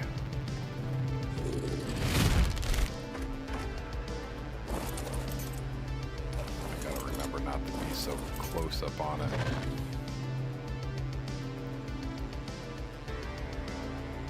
Yeah, see, these are all the things that we're gonna need to fight the boss. 20, and all the artifacts. Not that big of a deal, but it is. Gonna need to figure out where all the damn artifacts are, but we got the Pyro Man for caving, so I'm not too worried about the caves. Right now we're just kind of getting some spoils.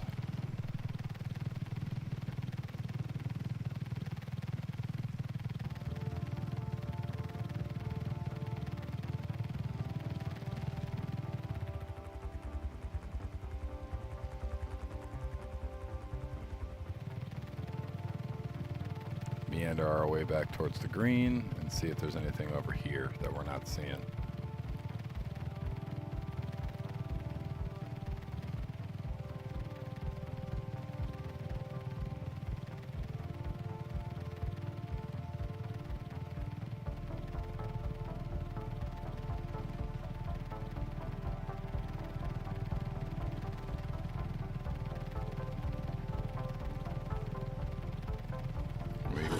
Purple one right here, I suppose.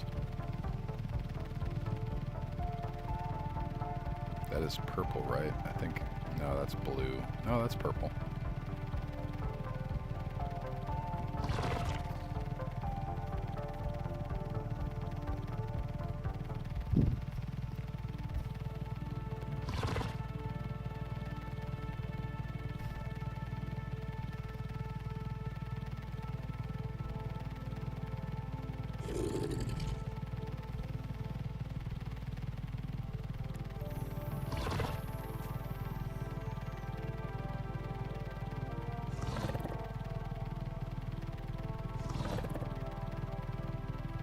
Oh God, what map was the magma on?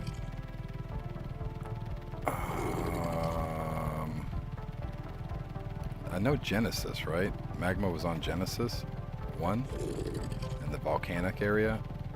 The Lost, was it Lost Isles? I remember the damn volcano. It might have been Lost Island. It was also on. I want to say Genesis and Lost Isle.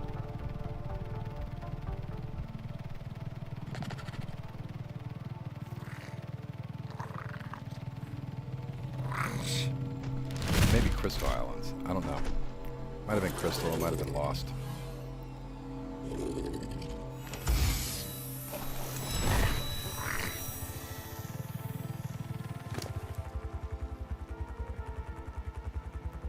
Hey, we got a rock golem saddle. Cool.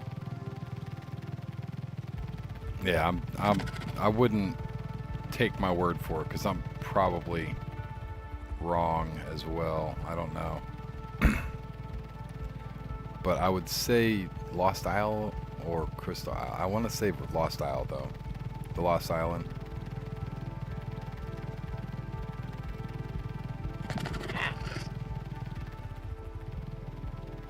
But I could be wrong. I haven't played... dude, I haven't played freaking Evolved in such a long time. Close to a year now. Close. Because this game's almost been out for a year. And I stopped playing Evolved when this game came out. I played it on my computer. And it sucked on my computer, man. I had to turn the graphics quality all the way down. To the point where I couldn't figure out why I couldn't see any of the supply drops. And that's because I had the quality down so low that even the loot beacons weren't showing. And I had to go on and mess with the settings, get the loot beacons to show. But that was about as advanced as my graphics would allow me to go. Welcome back, Angie.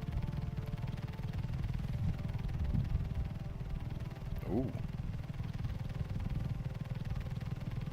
Purple drop's not as good as the red drop. So let us grab this red drop.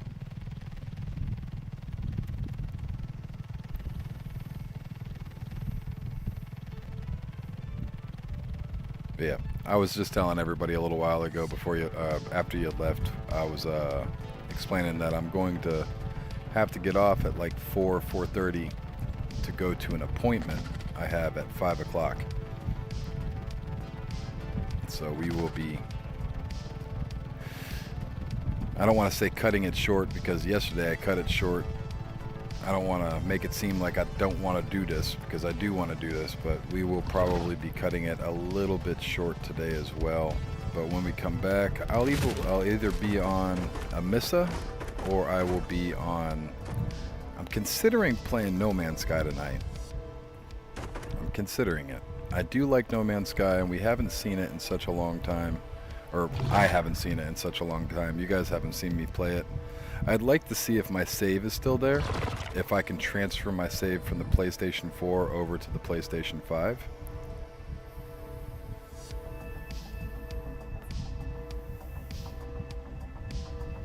But we got to get our official playthrough done for the day. And that's what we're doing right now.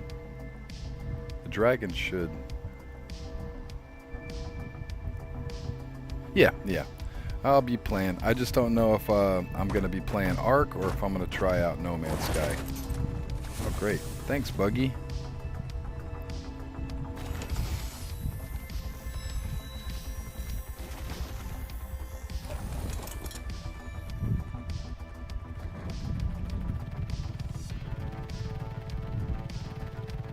But yeah, I'll be back on after my appointment. Probably end up getting dinner and all that stuff as well because it's at 5 and normally I'd like to start making dinner at like 6ish. So if the appointment's going to take a half an hour, by the time that I'm out of the appointment I should be probably getting dinner at that time.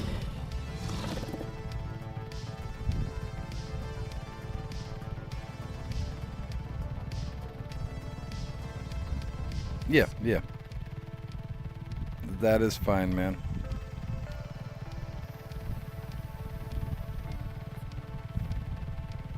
Don't hurt yourself, man. For real. I know you just had that injury. Let that thing properly heal. Even if you're a big guy and your coach is like, "You're good, man, you're good." Injuries are forever, my friend. Don't let a trophy ruin your mobility for the rest of your life. You know what I mean?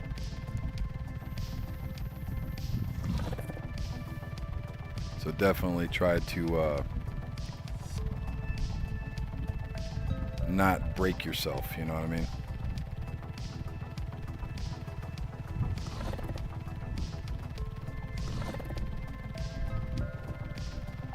Alright, well, if you're not playing, then that's probably the best thing. If you're just suiting up, man, that's morale, you know, you want to keep morale high. So I can understand that. Just don't push yourself. If you do end up playing, know your limit, you know what I mean? There's nothing wrong with knowing your limit. Just know that you have to live with your body for the rest of your life, my guy.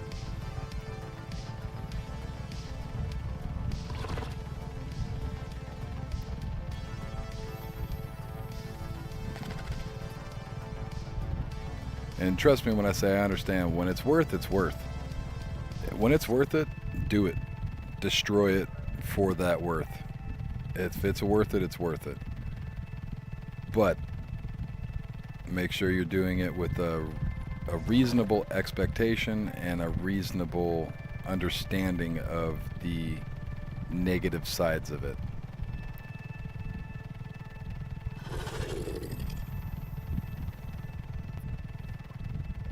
I've done some things in my life where it could have really, it could have killed me, but it was worth. It was worth, and I would do it again every day of the week. Every day of the week. But I understood what the outcome could be if things went bad, as they almost always do in some of the circumstances that I've been put in.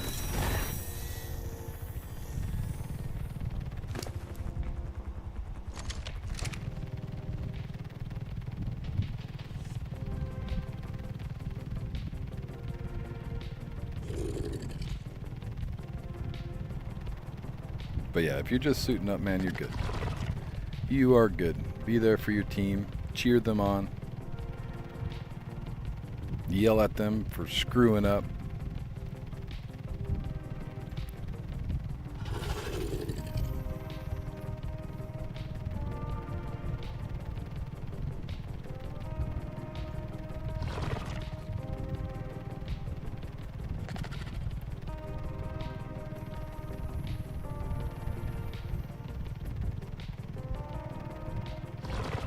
But that team morale is a big part of being a part of a team.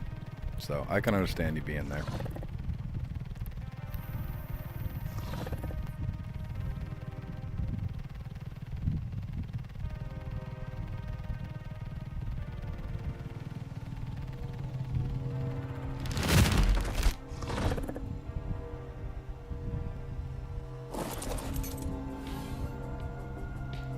Is that a Quetz platform signal?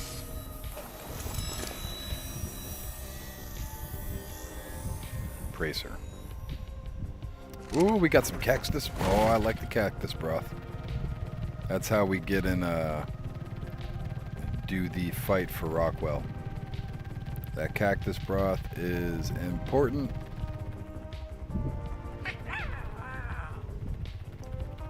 And you gotta know how to use it properly. If you go in there riding a dinosaur and then you cactus broth up and everything mauls you and you're like, oh, it's supposed to be invisible. That's because you were riding something. When you use cactus broth, you have to use just the cactus broth and weapons that you bring yourself. So how the Rockwell fight will go on Aberration is once they open up transfers and I can get some cactus broth in there, then we'll go in, we'll bring about 20 cactus broth. Just to be safe. I probably don't even need that much. I probably just need to bring 10 So we'd bring like 10 cactus broth in there and a ass ton of ammunition and an ass ton of spare shotguns, unless I can find a good shotgun. If I can find a really good shotgun, then I'll just need to bring 1 or 2 really good shotguns with me and an ass ton of ammo. And we just sit there and we avoid all of the bad stuff while trying to get around him and staying along the perimeter. And we'll shoot out the tentacles and run back around and shoot him. But we got to be quick.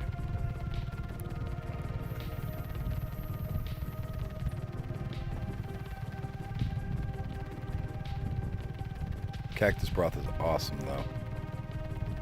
I'll probably need cactus broth and focal chili so that way we can run faster. And I might even consider getting swamp fever, because swamp fever will increase your run by 25% as well. And because there are no speed mechanics in this game, we'll have to figure out how to use certain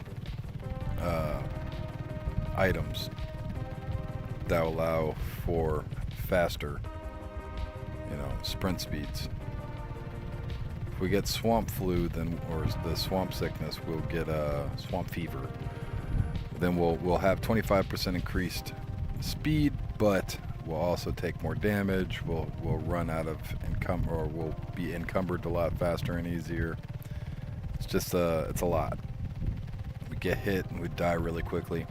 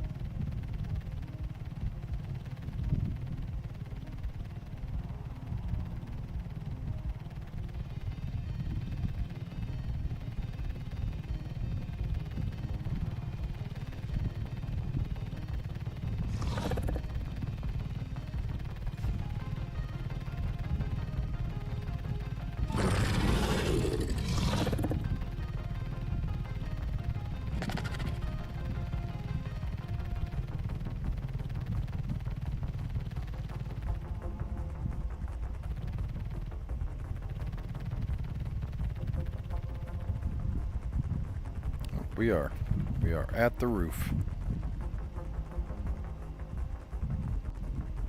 That's a yellow drop.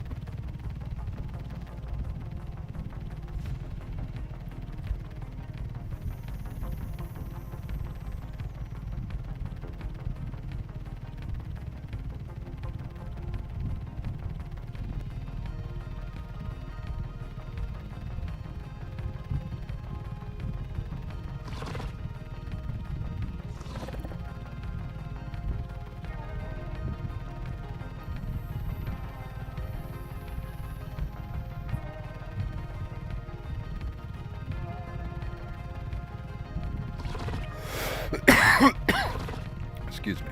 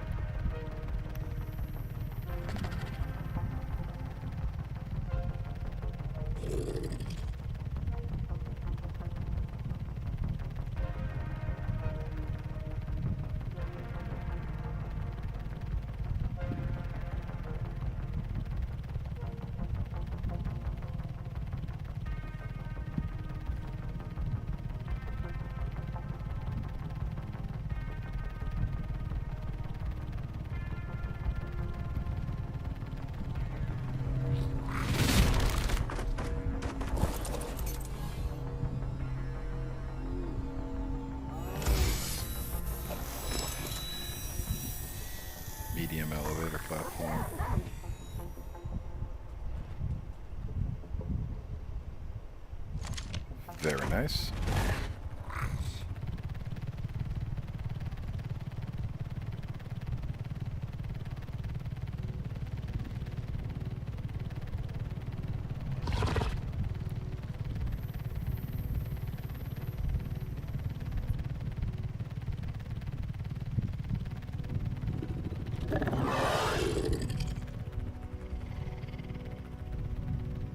No red drops. There's a purple drop, but do I really want to wait?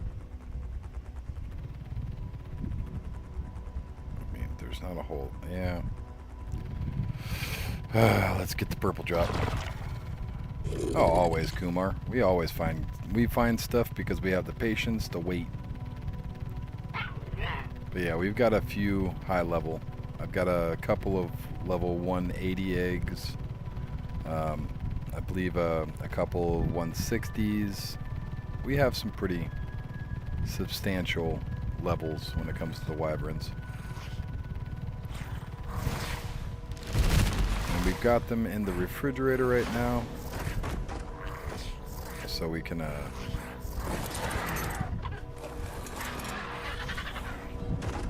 kind of just hang out and hold them for a little while until we decide that we want to get some wyvern milk.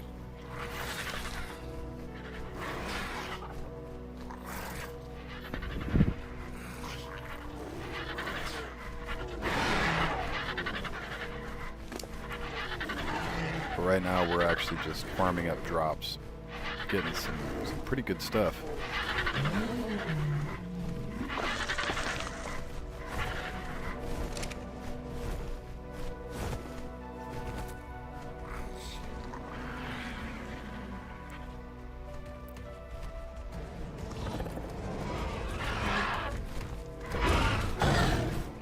Oh, where the hell did those guys come from?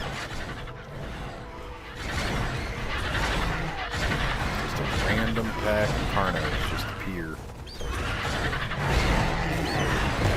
Kid read it. There goes one. You messed with the wrong neighborhood, buddy.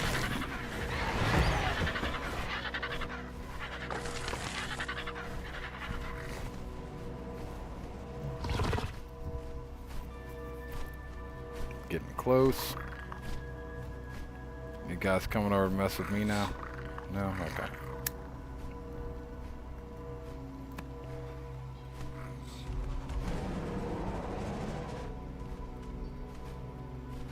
There's two baby saber tooths.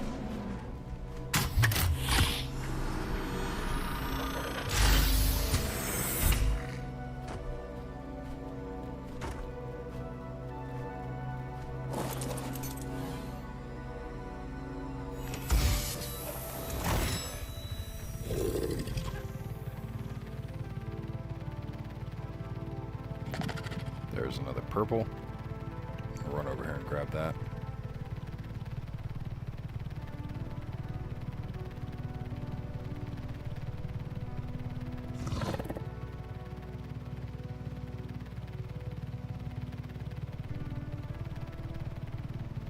I'm only assuming that you like background noises while you're trying to sleep, Kumar.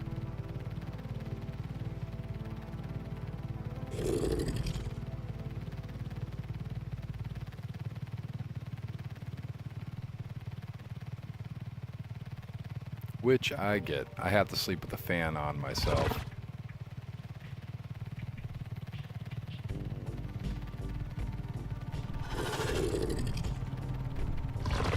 Look at that Tapijara.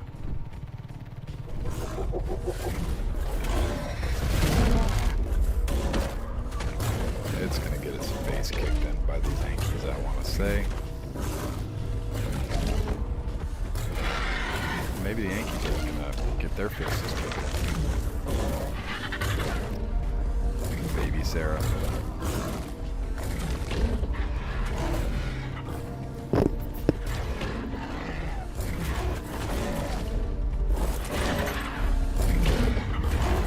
Grab all this.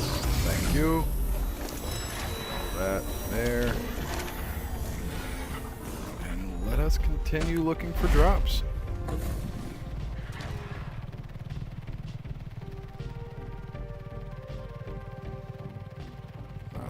any red.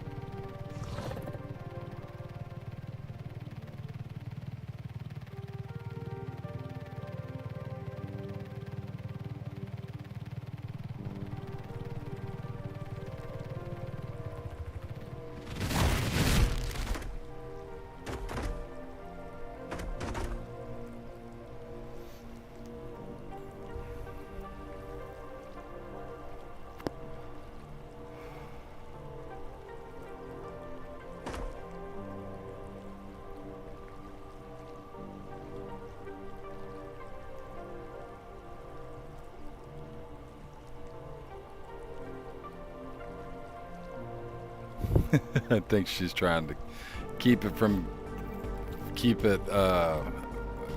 like the last time we did this, we started talking about insects and everybody started getting creepy crawly skin and whatnot. Ugh.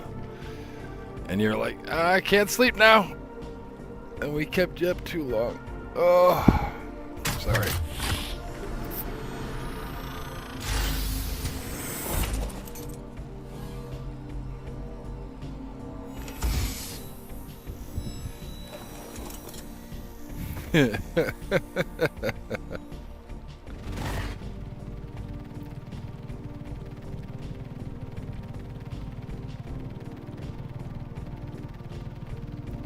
Well, you do have a point, Kumar. If you really wanted to go to bed, you could turn it off.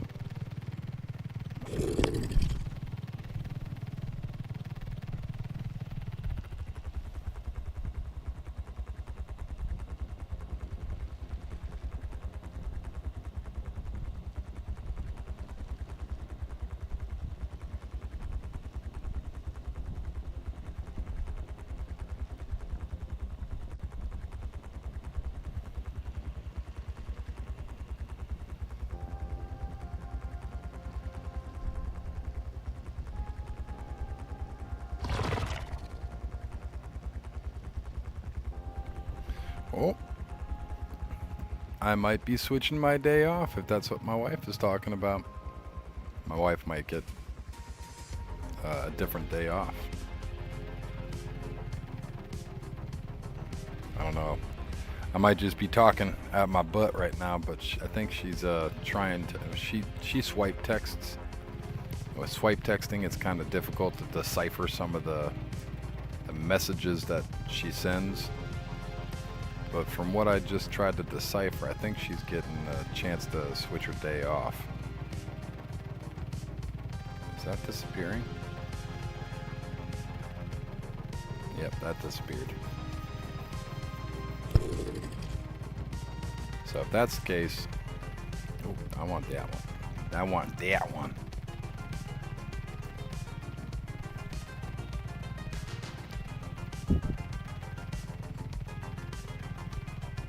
Yep. So I think she's switching her day off. It won't be this week, but it'll be next week, I believe.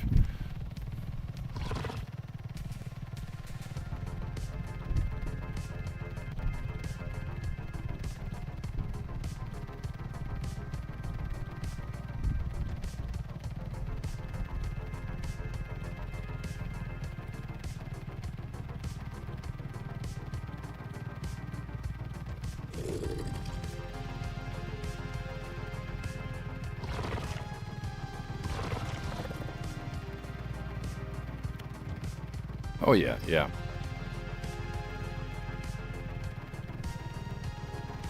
But I take my day off with my wife, so if my wife's going to switch her day off, then I'll be switching with her. So her day off will, not this week, but next week will be Thursday, I believe. Or maybe the week after, I don't know. We're talking over text and I can't really understand. So that's why when she gets home, me and her chat, because she swipes and I can't understand half the crap that she says over text message. Insert okay boomer joke.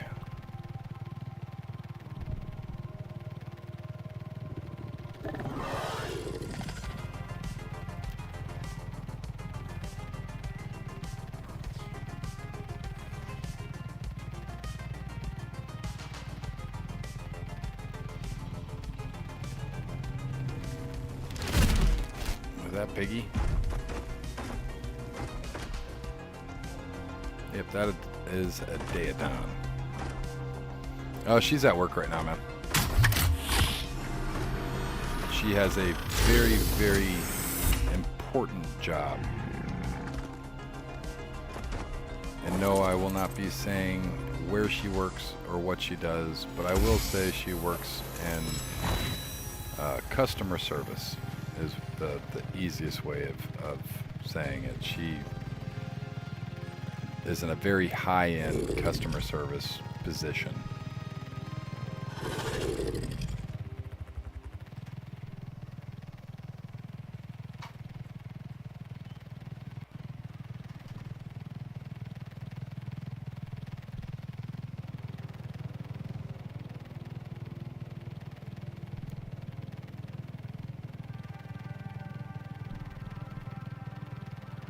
And yes, she's fully clothed when she works. She actually has to wear a uniform.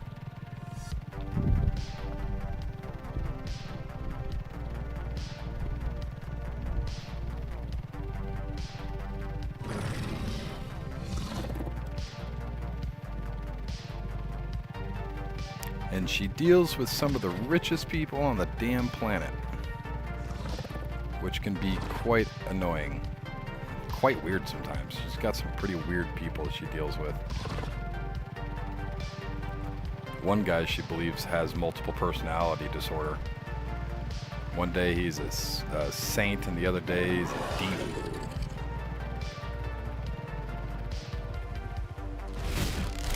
Well, it's pretty wild listening to some of the stories that she has from her day. I enjoy listening to them.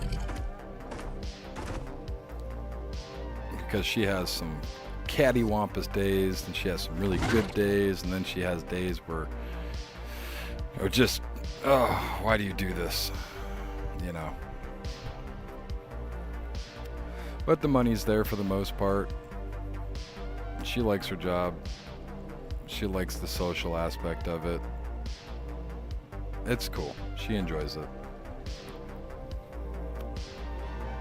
I get worried because I'm her husband, and I know how human beings are. But I'm not gonna poison her with my rhetoric and beliefs. Humans are evil. They're scumbags. Ah.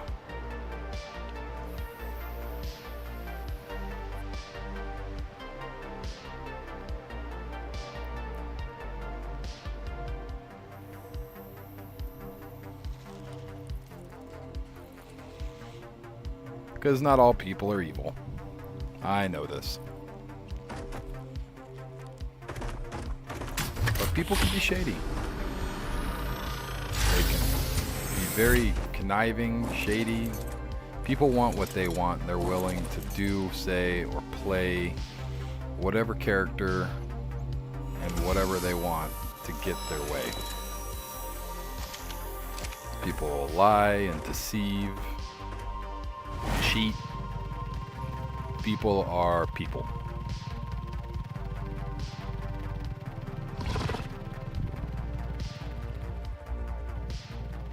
So I have that's why I have social anxiety and social disorders.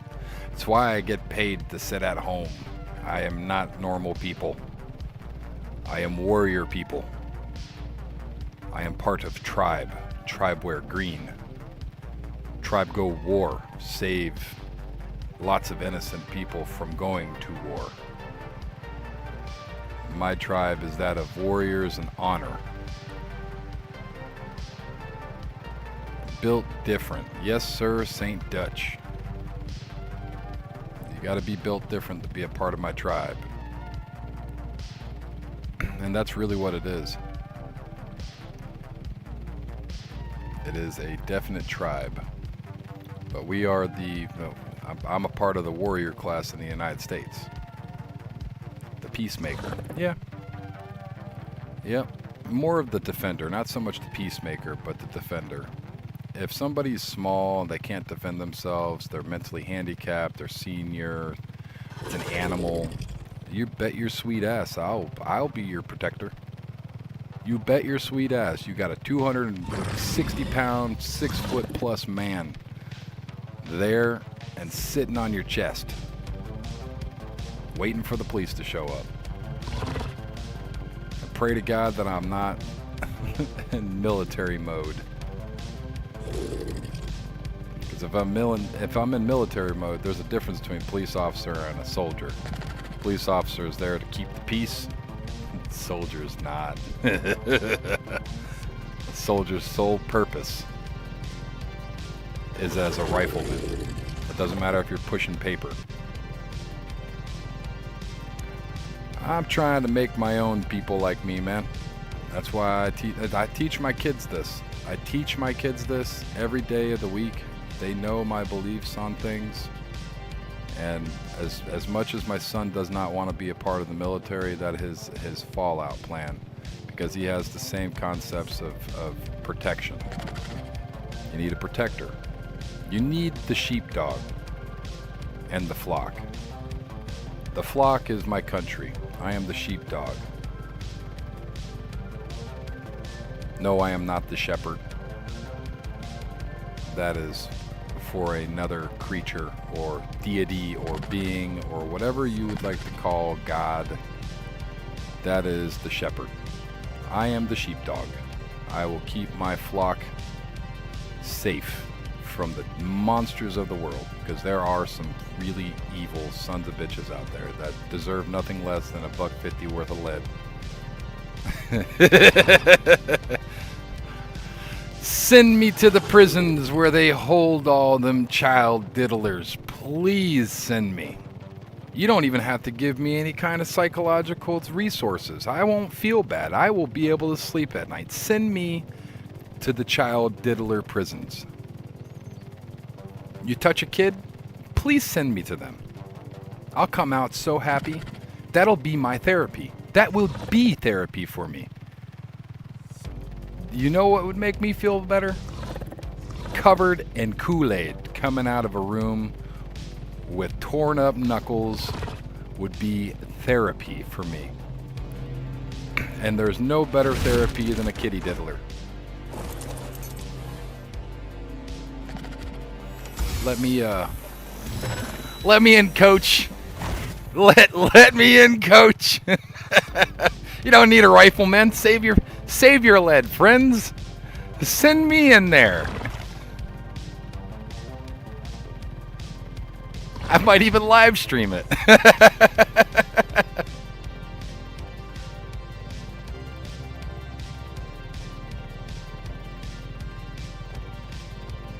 But those kinds of monsters, man, I have no remorse.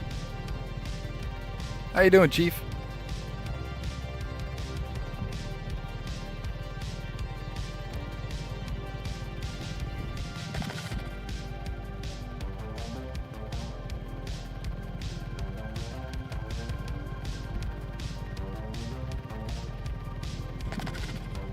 Oh yeah, all day, every day, dude. With people like that, I would definitely show them the hurt you side of my knuckles. For those of you that don't know, when you fight, you see those two knuckles that are popping out right there, those two big old nasty knockers right there? Those are the hurt you knuckles. You only develop knuckles like that if you use them. I've got a lot of callus on my knuckles, a lot of breaks on my knuckles from constantly hitting stuff growing up. So these are the hurt you knuckles. These two little baby things over here are the hurt me knuckles. You never want to use the hurt me knuckles. You only want to use the hurt you knuckles. Those hurt you knuckles, they align down the wrist just right to where if you have a good solid striking when you hit, you should hit there. If you hit over here, you're gonna hurt yourself. If you hit here, you can hear it. That's solid, dude. That's solid. If you hit over here, it's not as solid. You want to use the hurt you knuckles, not the hurt me knuckles. Proper punching technique is very key in going hand to hand. And I was in MMA growing up, believe it or not. I know how to fight. I do have trophies.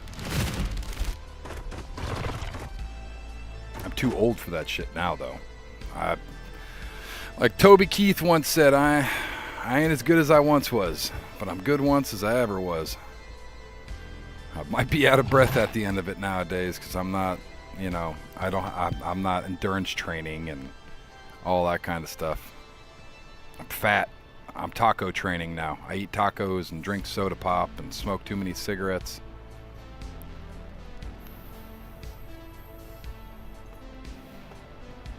But if I really wanted to, I could. In six months to a year, I could get back into war shape, war fighter shape.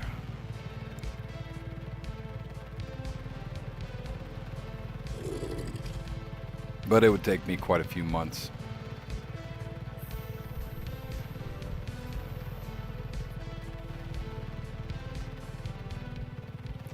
Yeah.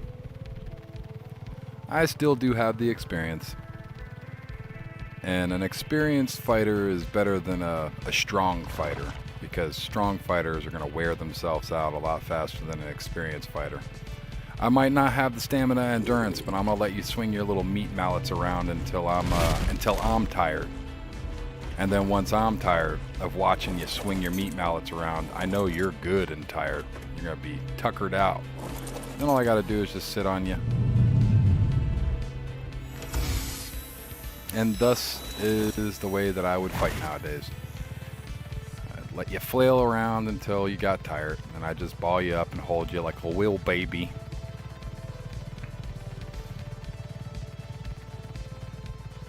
I'm too scared to strike, man. Yeah, well, that's a lot truer than I'd like to admit, man. One good strike and it's over for not only you and the person that you're fighting, because if it's game over, you've pushed that off switch on somebody and they don't wake up, guess where you're going?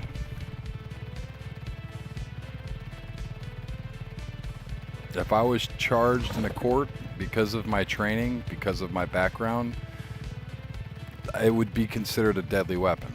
Like, legitimately. People like me, our fists are considered deadly weapons.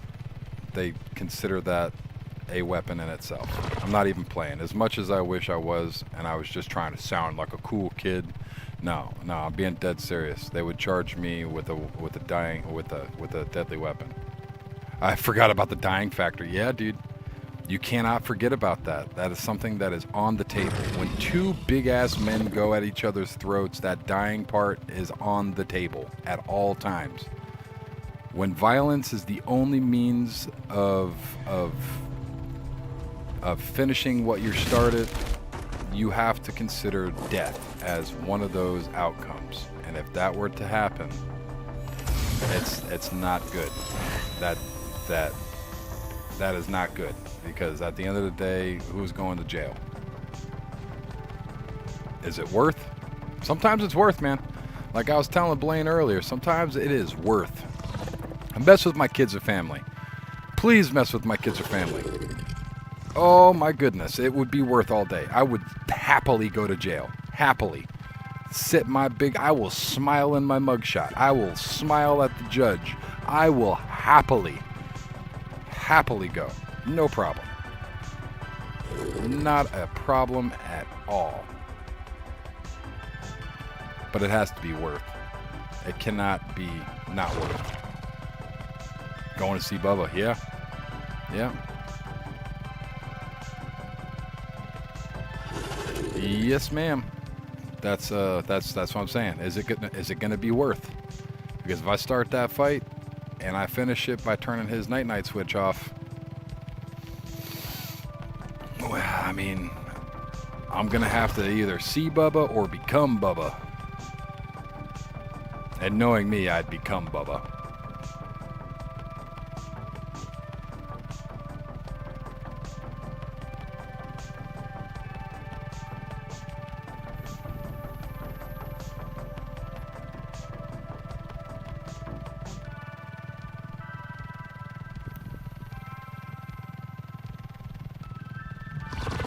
Never.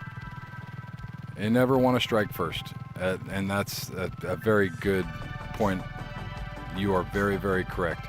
The only time that you are okay to strike first is if you're defending somebody. If they're striking first on somebody else and you have the upper hand with surprise and you can just walk up and smack them in the medulla oblongata and turn their night switch off.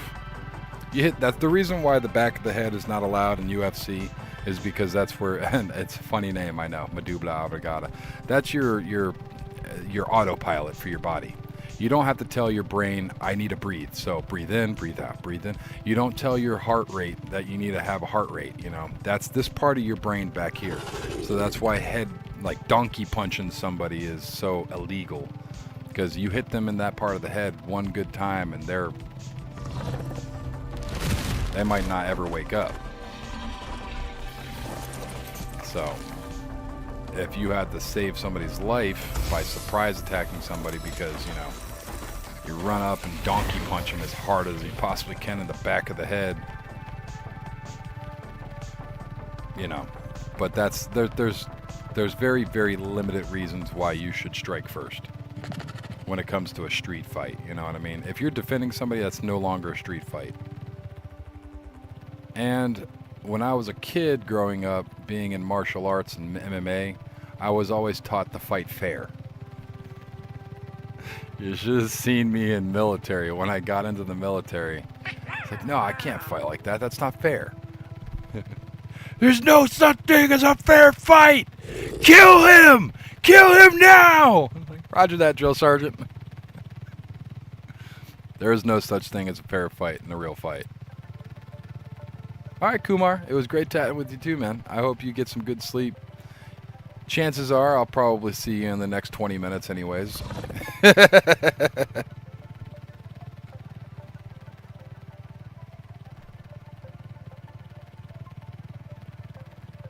All right, let's get back over to the base real quick and check.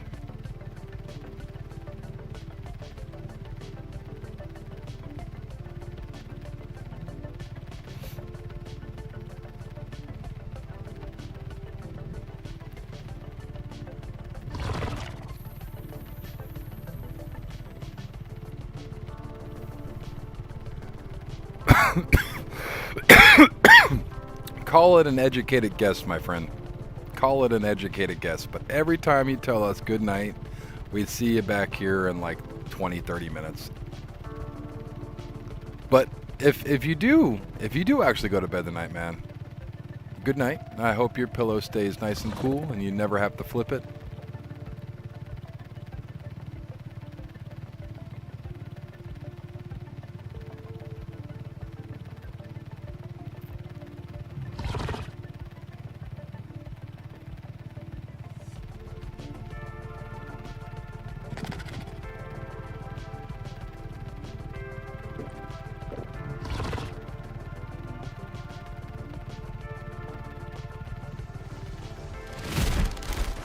That's what I forgot to make.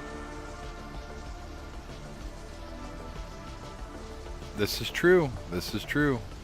I'm not going to tell you how to live your life. You do what you do, man.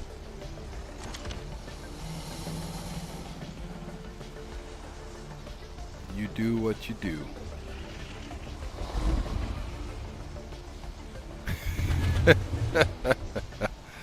Well, I do aim to entertain, my friend. I do aim to entertain. So making you laugh is part of the part of the job, you know what I mean?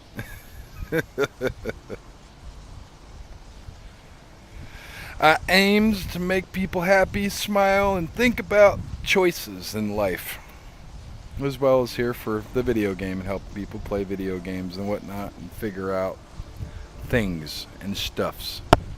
Oh, I smacked the mic with my damn vape.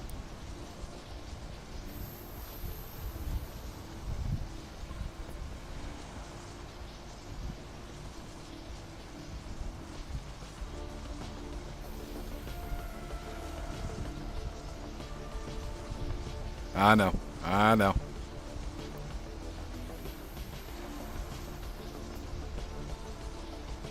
Well, I hope you get some good sleep, man. I really do. I hope it's refreshing and relaxing and wonderful. And as a matter of fact, to kind of help you with this, I'm going to pause real quick and use the potty. So let me go ahead and do this real fast.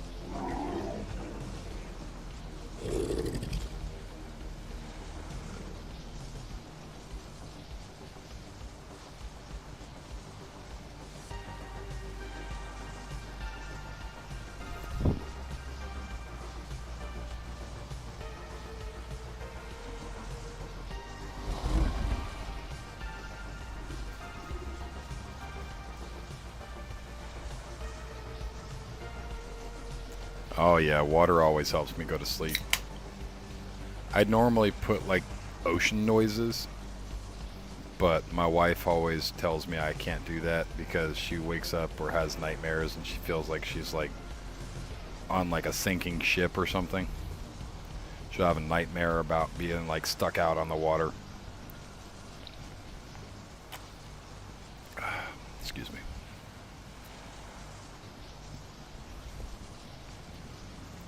But I like thunderstorm. I like the thunderstorm ones too. Whale noises, those always help me get to sleep.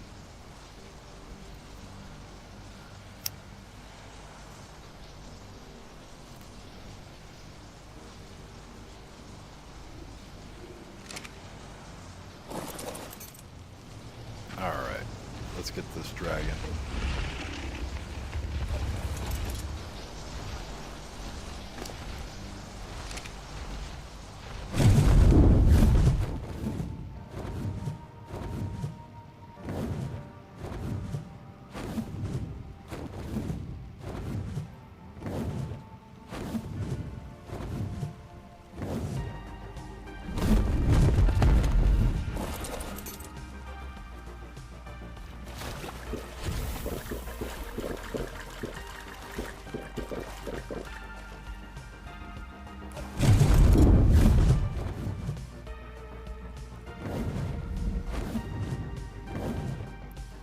Good night, man. I hope you get some good sleep, Kumar. I hope your night is well rested. You never have to flip your pillow and it stays cool for you all night.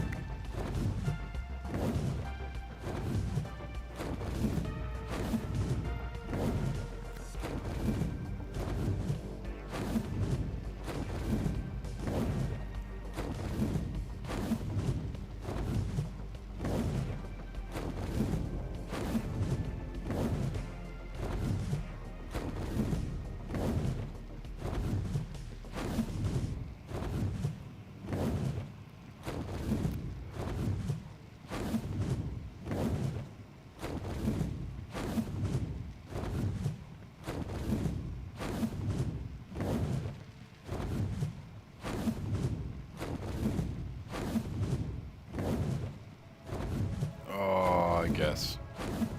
I have to.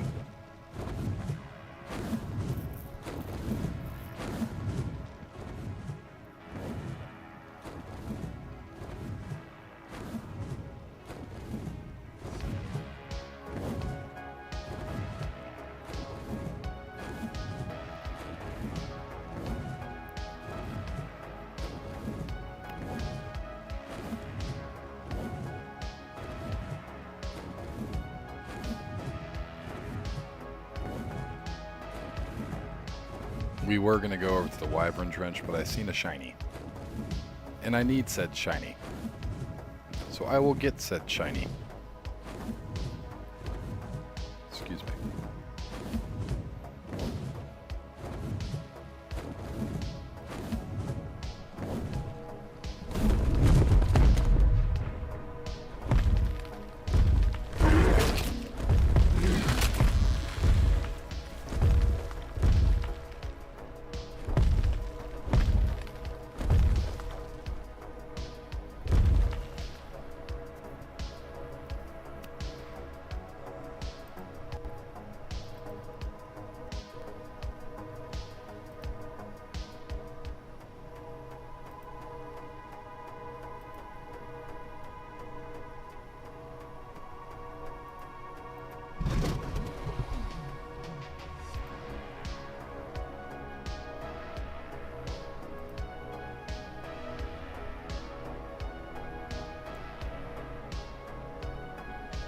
Let's see.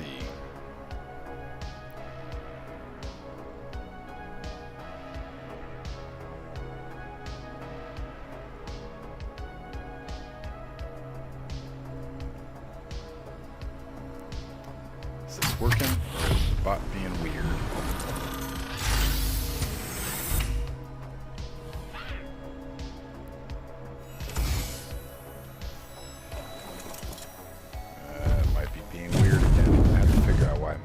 My chatbot's not working right.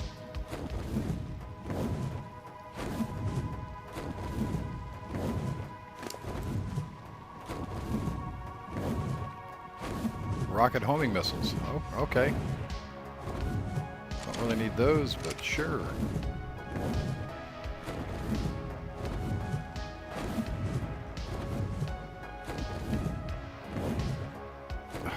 There's a yellow drop. I'm being greedy.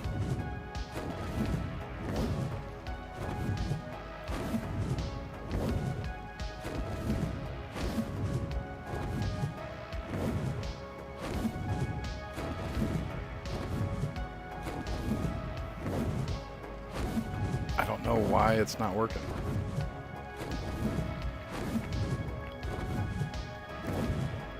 It's being weird.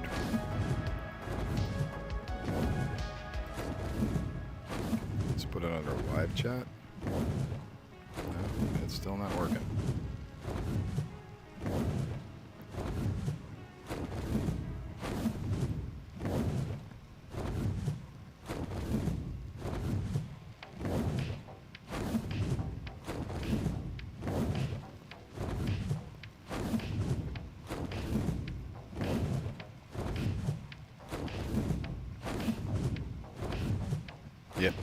Yep, I figured.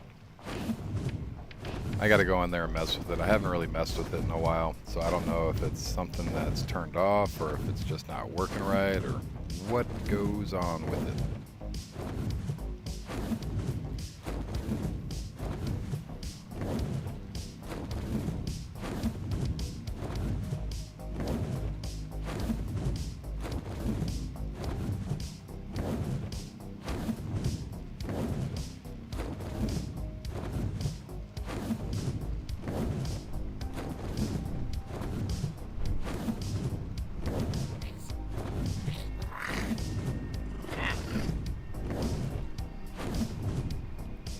Nothing in that nest. Nothing in that nest. Well, it would seem that somebody might be running this right now as we speak. And the fact that I don't see any wyverns might solidify. Oh! Oh, you know what I forgot? Damn it. We have to go back.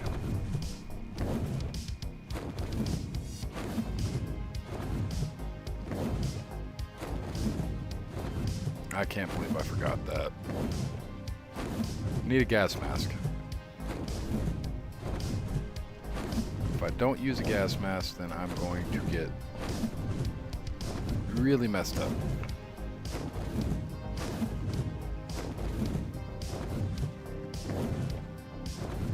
You goober. Yes, ma'am. Yep. I got all excited to go back to the wyvern trench. Wyverns healed up enough to go back and tank some more.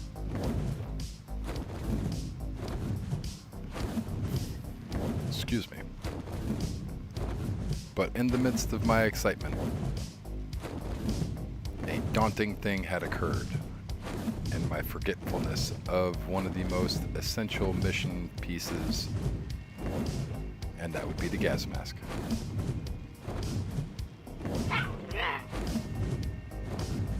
And that's gone. Let's just get back over. Oh! In a second. We'll go back over here in a second.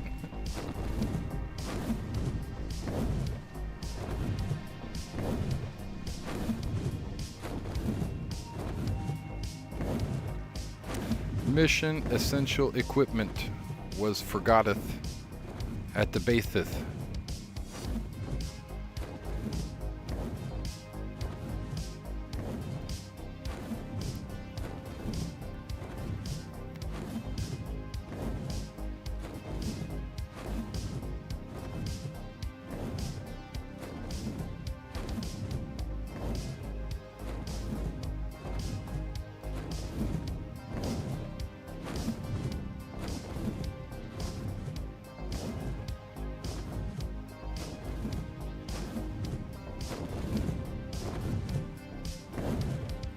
Not super deep, right? We can land right here? We can. Not very deep.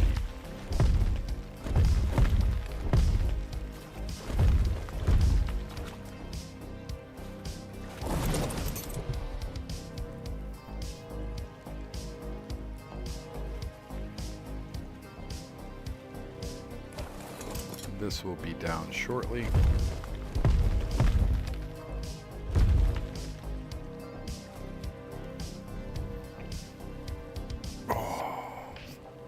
Throw myself back.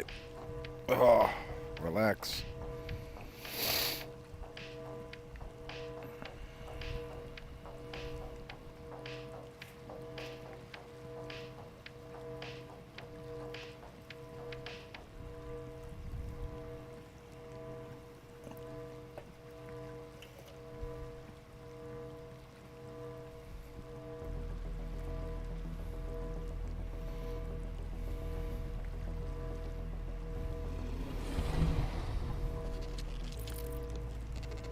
Here it comes.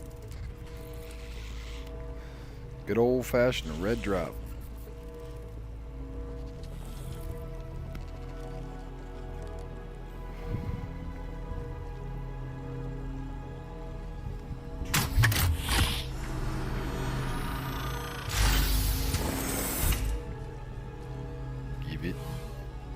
Give it to me.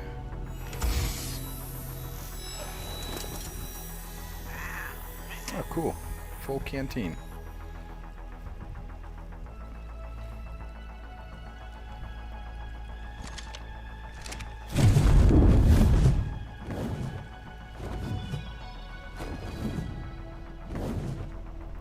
Rotel pasta?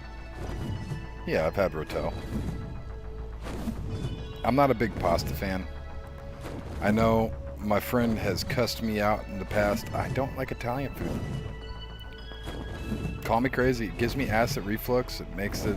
I can't eat the red sauce, so any kind of Italian food has to be white sauce. There's only certain red sauces, unless I make it myself, that actually don't give me acid reflux, but for the most part, most Italian gives me just blah. And I don't run into the gimmick of bread. When I go out to eat, especially at all-you-can-eat places, stay away from carbs. Carbs will give you a false feeling of fullness, and then when you leave, 5 minutes later after you leave, you'll be hungry again. So if you stay away from carbs, you won't get that false full feeling. But carbs will make you feel very, very full very quickly. That's why they offer you bread at your table.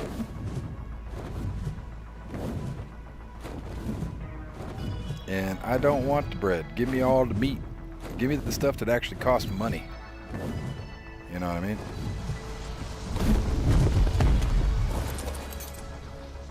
Is it in you?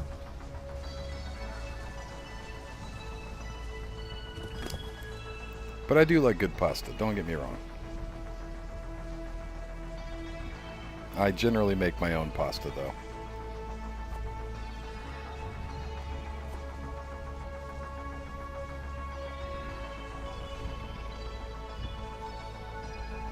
But not like pastas, and I don't make my own noodles. But I generally make my own pasta and my own sauce and all that stuff. I can make noodles, it's just a pain in the butt. Not worth unless you have a pasta roller.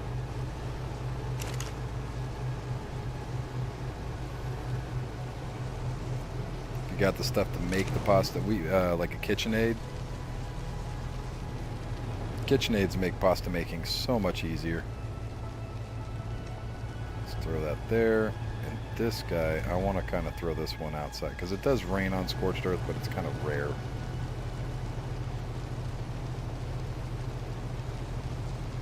So if we get a water tank out, we might be able to get a little bit of water put in it.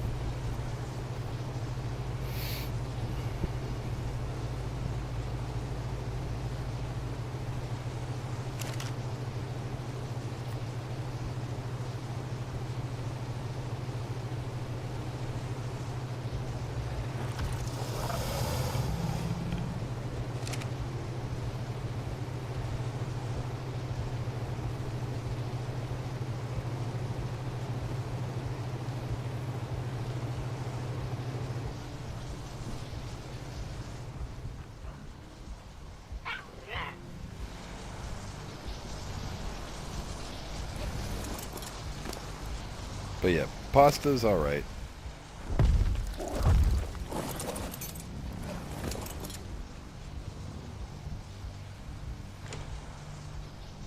But it really depends on what it is.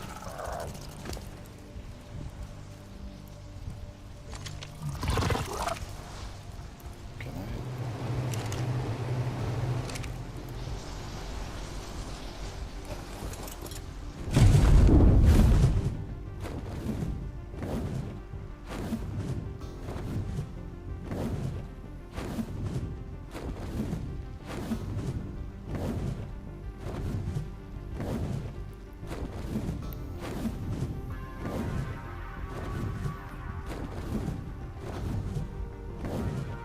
But yeah, I know, I'm weird.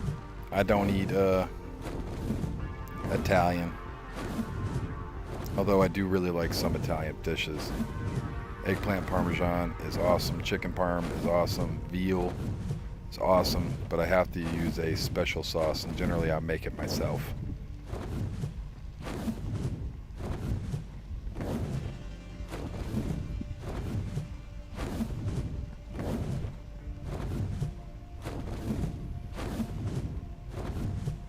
And there is one jar of pasta sauce that I can actually stomach.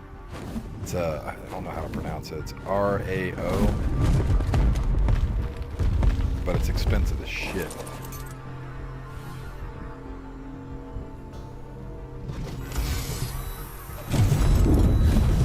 For one jar of the tomato sauce is like $9, but it's actually good pasta sauce. Tomato sauce, I should say.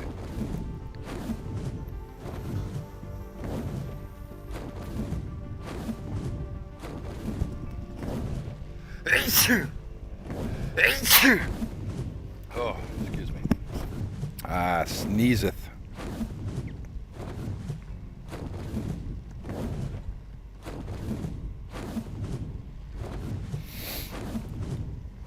Ay, ay, ay.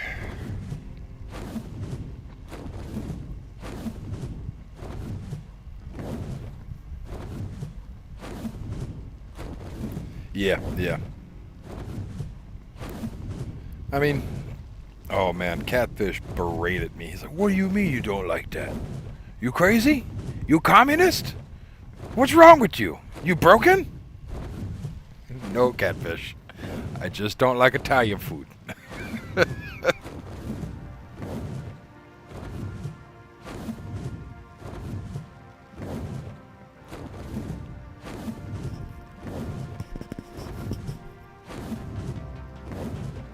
But he loves Italian food, and he knows that I like cooking, and Italian cuisine is kind of world renowned. So I'm just, there's certain things from Italian cuisine that I actually really enjoy, but I have to do it myself. One of those things is eggplant parmesan.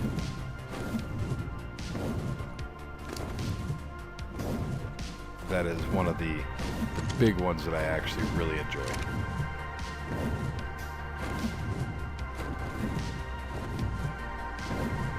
But it has to be made with that RAO sauce or whatever it's called, the RAO or the raw sauce.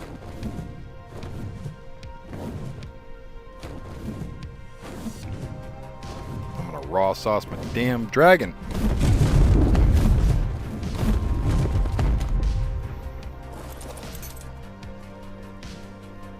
That's level 80. Not horrible.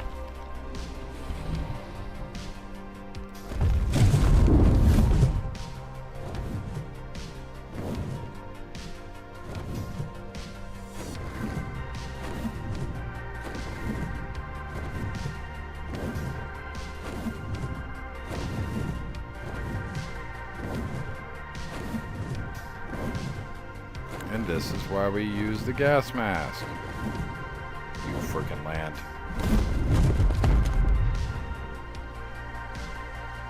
There's a poison egg, which means there's a poison mommy.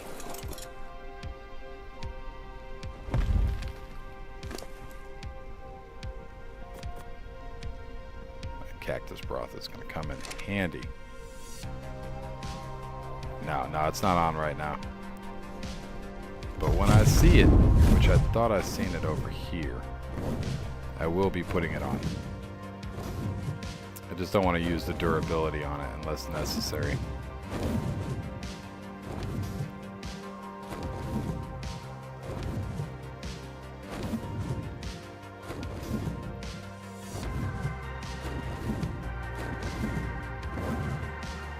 So I will be keeping it off for the time being until that damn dragon right there shows its face and starts trying to nibble on me, which he will be. Right? Am I trying to nibble on me? Nibble on me. Nibble on me. You're supposed to be protecting your baby. Why you no nibble?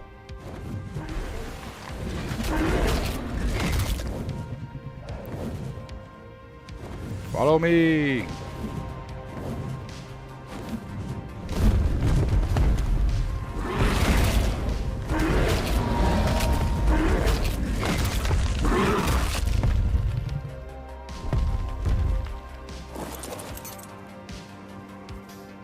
That is a level 5 egg.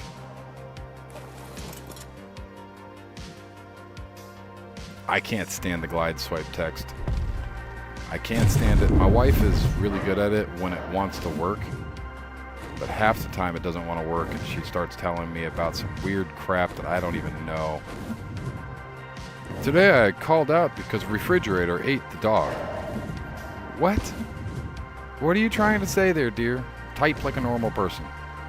Type with your finger. There's a keyboard there. You don't have to swipe around it. You're not ice skating on text.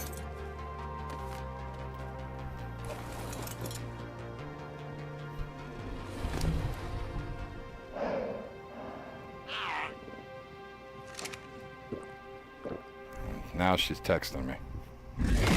Oh.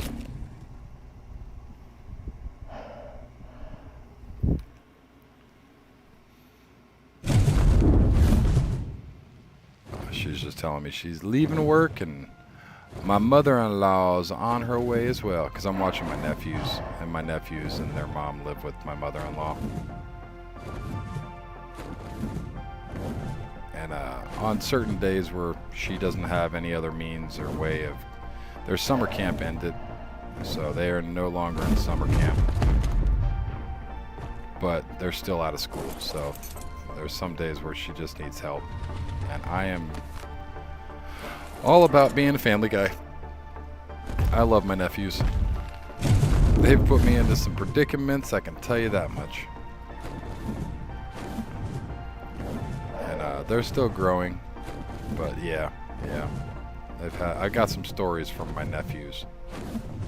My nephews have put me in a principal's office more than my kids. My kids have never had to go to the principals. My nephews, however, those little shits. But I love them. I do. I love them. They're going to end up being good young men, I hope, as they get older. But Jesus, some of the crap that they've done.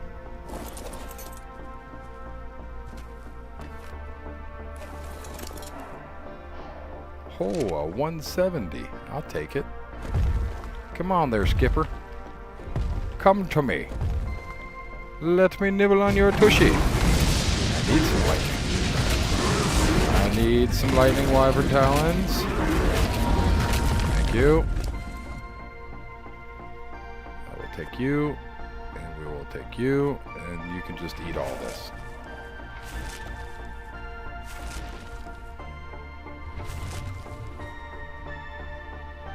This and this can come over here. This. And all of this can be dropped. That can go on you. Let's take this guy off. I don't see any wyverns, poison wyverns at least.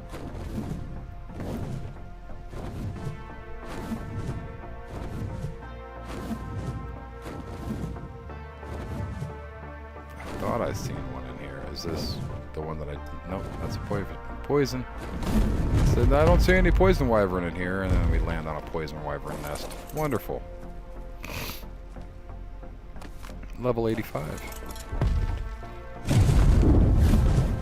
Not bad. Yep. No. Oh, that would have been bad. That would have been very, very bad. You big butthead. Ate him while he was in the air. 85. Let's get to this next nest. It's another poison wyvern. Anywhere's fine, bud.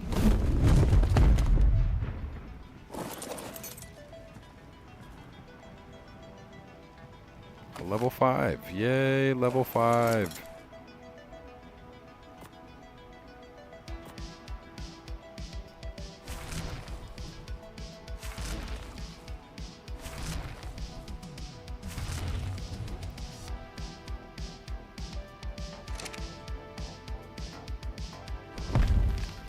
like this song.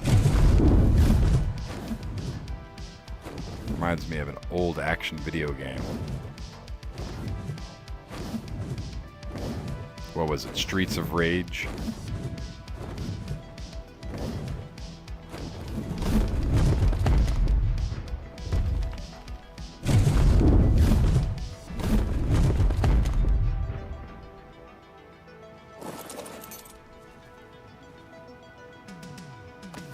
$65. So far on this run, we've only gotten a 170 is the highest that we've gotten on this run.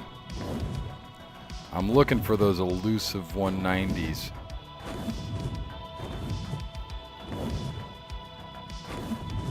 We've got quite a few 180s. Those 190s, man, I'd like to see one of those.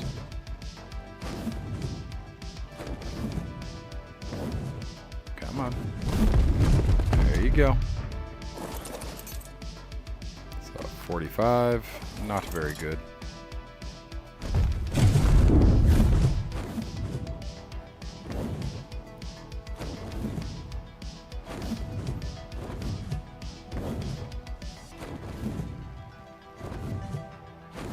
But when my wife does get home in the next 30 or so minutes, I will be getting off and getting ready for this appointment that I have to go to.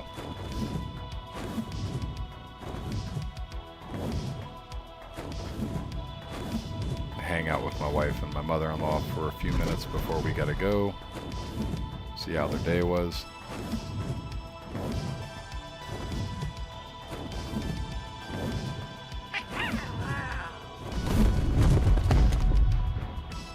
Okay, I don't see any poison wyverns right here. So level 20. Spectacular.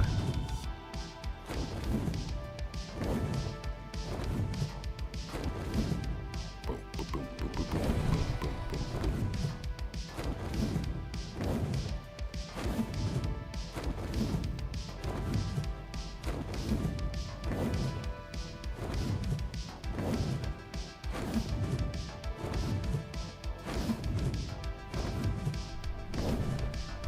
Ooh, fire wyvern.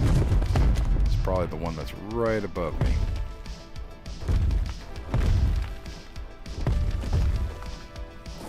Bad decisions, but it's okay. Come to follow me over here, buddy.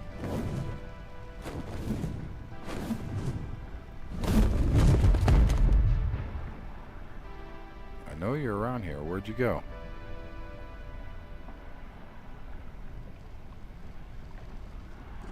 Okay, so I guess he's just over there. Sure. Level 30. If that was any other kind of wyvern, I'd actually go for it, but we've got plenty. I don't want to say plenty because we're still lacking some fire wyvern talent. You know what? This is the last egg hole anyways. Let's go kill this. Let's go kill this guy. Where are you at? Mrs. or Mr. Wyvern, where did you go? For real, where the hell did this wyvern just go? I just seen it.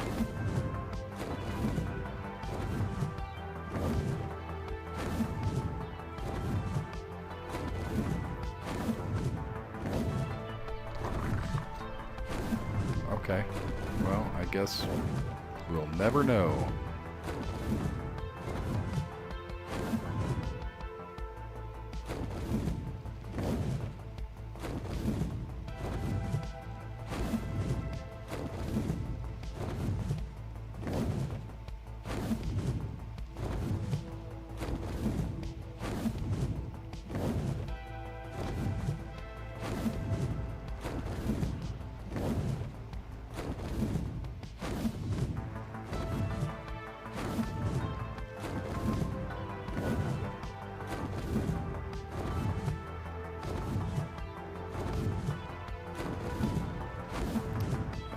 The poison. I see the wyvern down there. Land. Put the mask mask on. It's level 15. Alright, so we just pissed the wyvern off. Here he comes.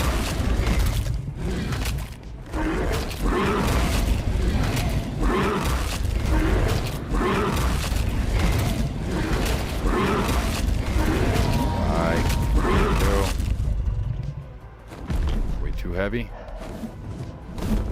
Might be too heavy. Get these eggs.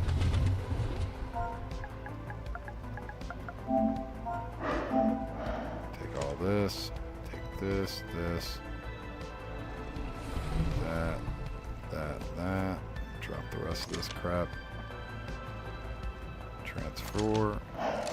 Transfer. Please don't get mauled by everything.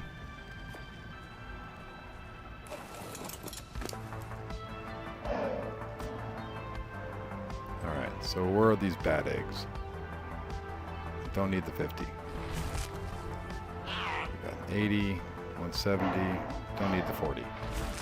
Don't need the 40. Definitely don't need the 5. Don't want the 5. 85's fine. 15 sucks. 30 sucks. 85's okay. 20 sucks. 45 sucks. That's like borderline. Eat it. Drink some water. Continue our little quest.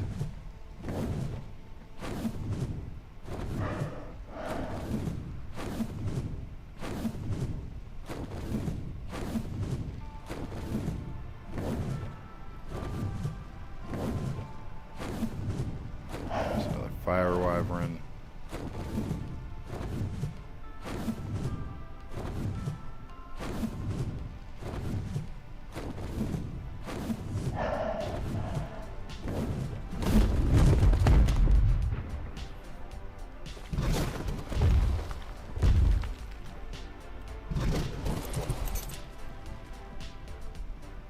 $95. That's not horrible.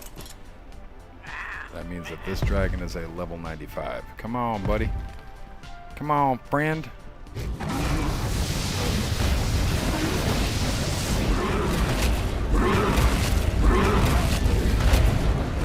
Oh, this is a brutal attack.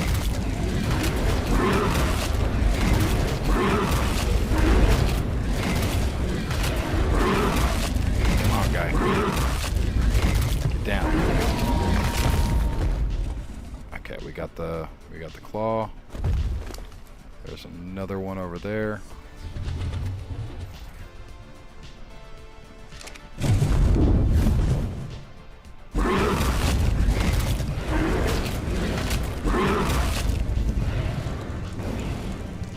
This way. Come on, just land. You can do it. You're stuck inside. It's only level 50, so we can eat him up pretty quickly. 2 claws. Very nice.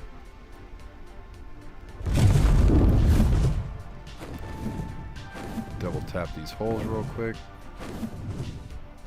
Yep, that one's clear. All of these are clear over here. I don't know if that 15 dropped any eggs when it spawned in.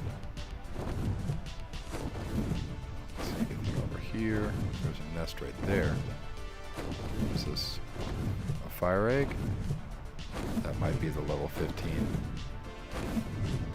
Come on. We got this dragon. Yep, that was the level 15 egg.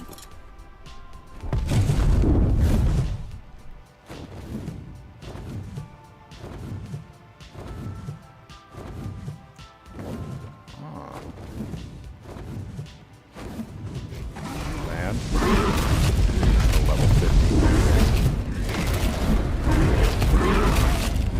The egg will probably be a level 15. Right. Am I right or am I wrong? Am I right or am I right? I'll probably be right. 50, yep.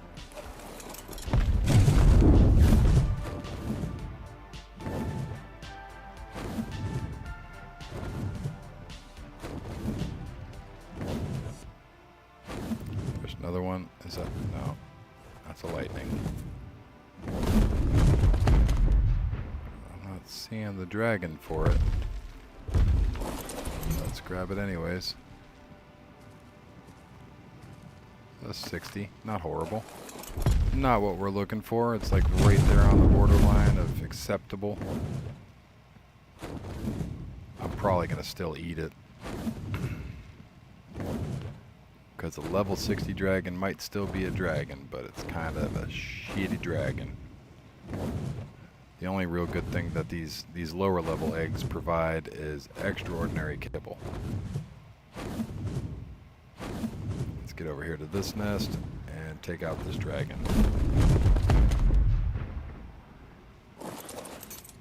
What level are you? 135? I might actually let that one live. Ah, no. Come on. No, you're not going to live.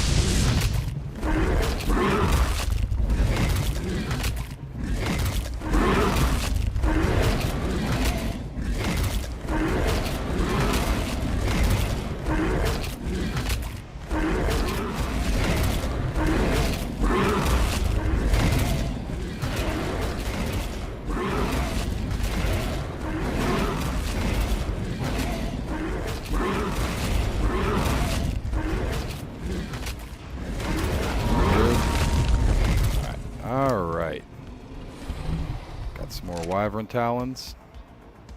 Got another egg. Continue through the trench real quick. Nothing over here.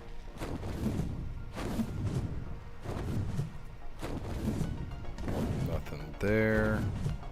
There.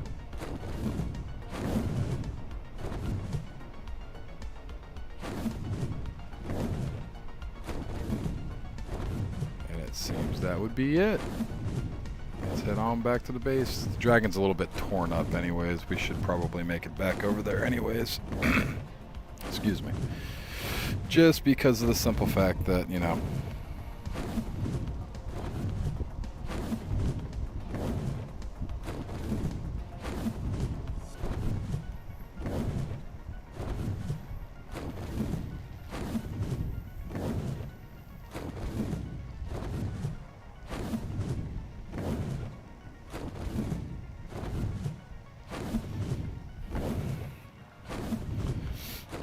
alright. Any good drops on the way back? Yeah, there's that yellow drop. Let's go get this yellow drop. We'll head back over. Okay, I took my gas mask on. I gotta try to balance how much I use my gas mask, because the gas mask can break really easily, and I have to transfer back just to get a new gas mask, and it's just a lot more work than necessary for me being lazy and not taking it off as I need to.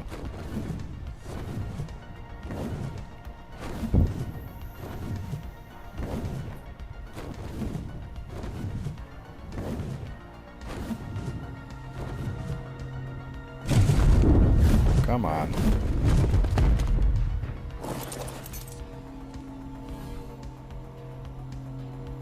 A whole bunch of crap. A bunch of bullets for no good reason, and a C4 detonator. Like I need that.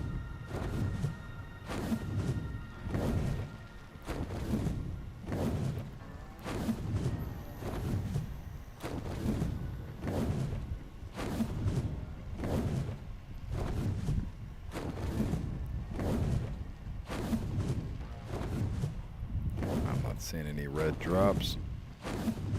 Well, productive day so far. Quite a productive day, I might add.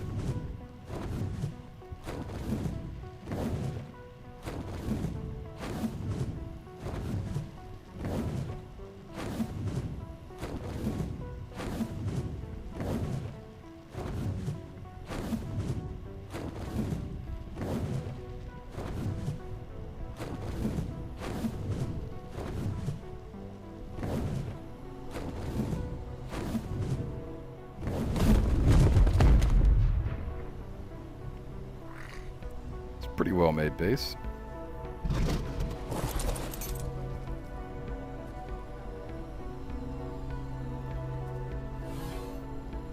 Why?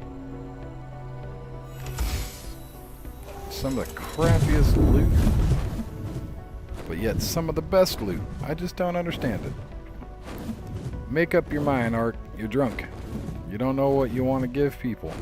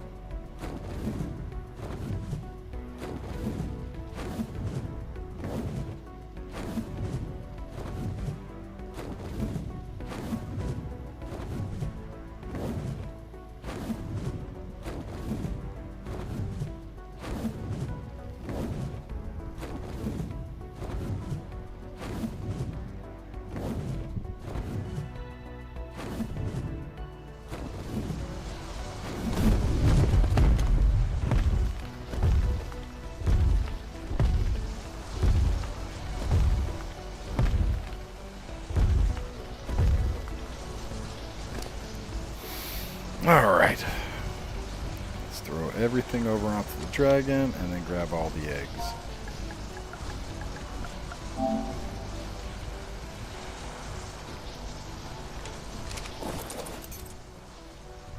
And chunkily work our way back over here.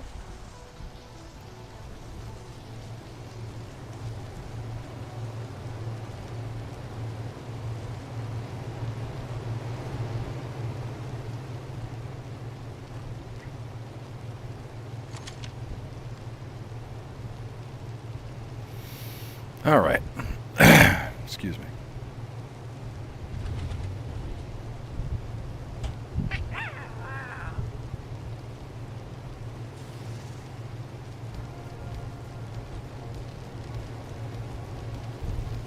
And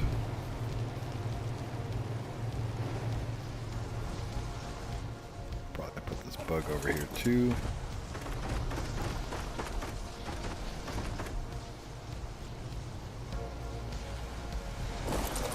You got food, you got food. You are starting to probably get hungry, right? No. Oh, that's because you have food too.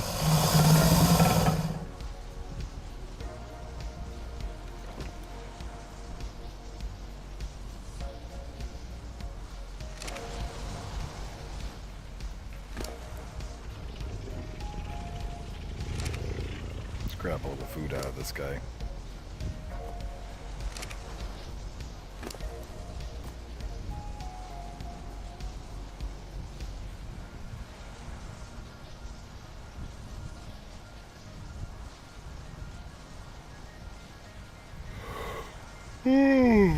Excuse me.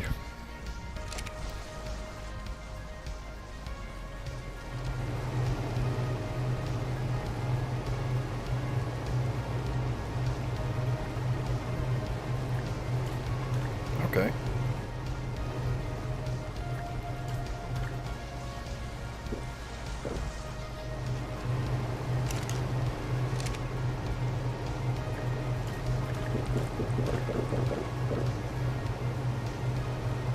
So it takes it directly out of there. That's cool. I like that.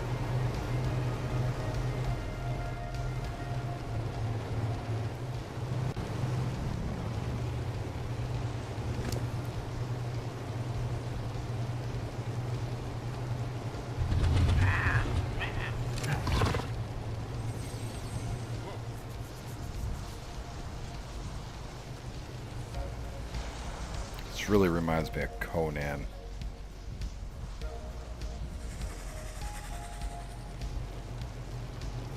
I don't even know if I could play that game on YouTube. wonder. I have to look that all up. Conan has got nudity.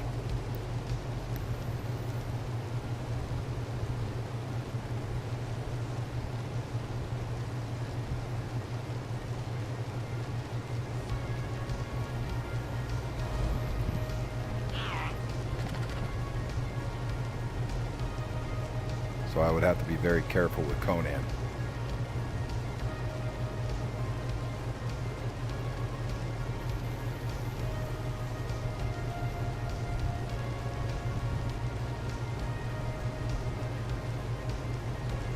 All right. Give me a second to message her real fast. Take a sip of my Coke.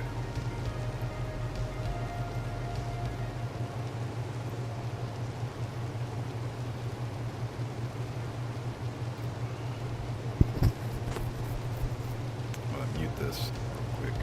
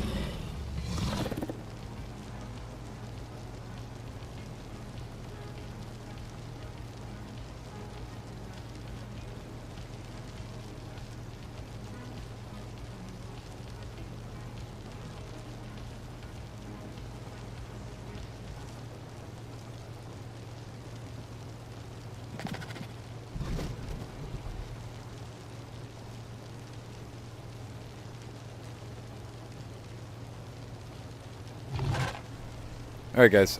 My wife's home. Mother-in-law's here. Everybody's getting ready to head out to their places, and I need to get ready for my appointment. So I appreciate you guys for being here. Thank you. I'm going to end the stream, and I will be back on later.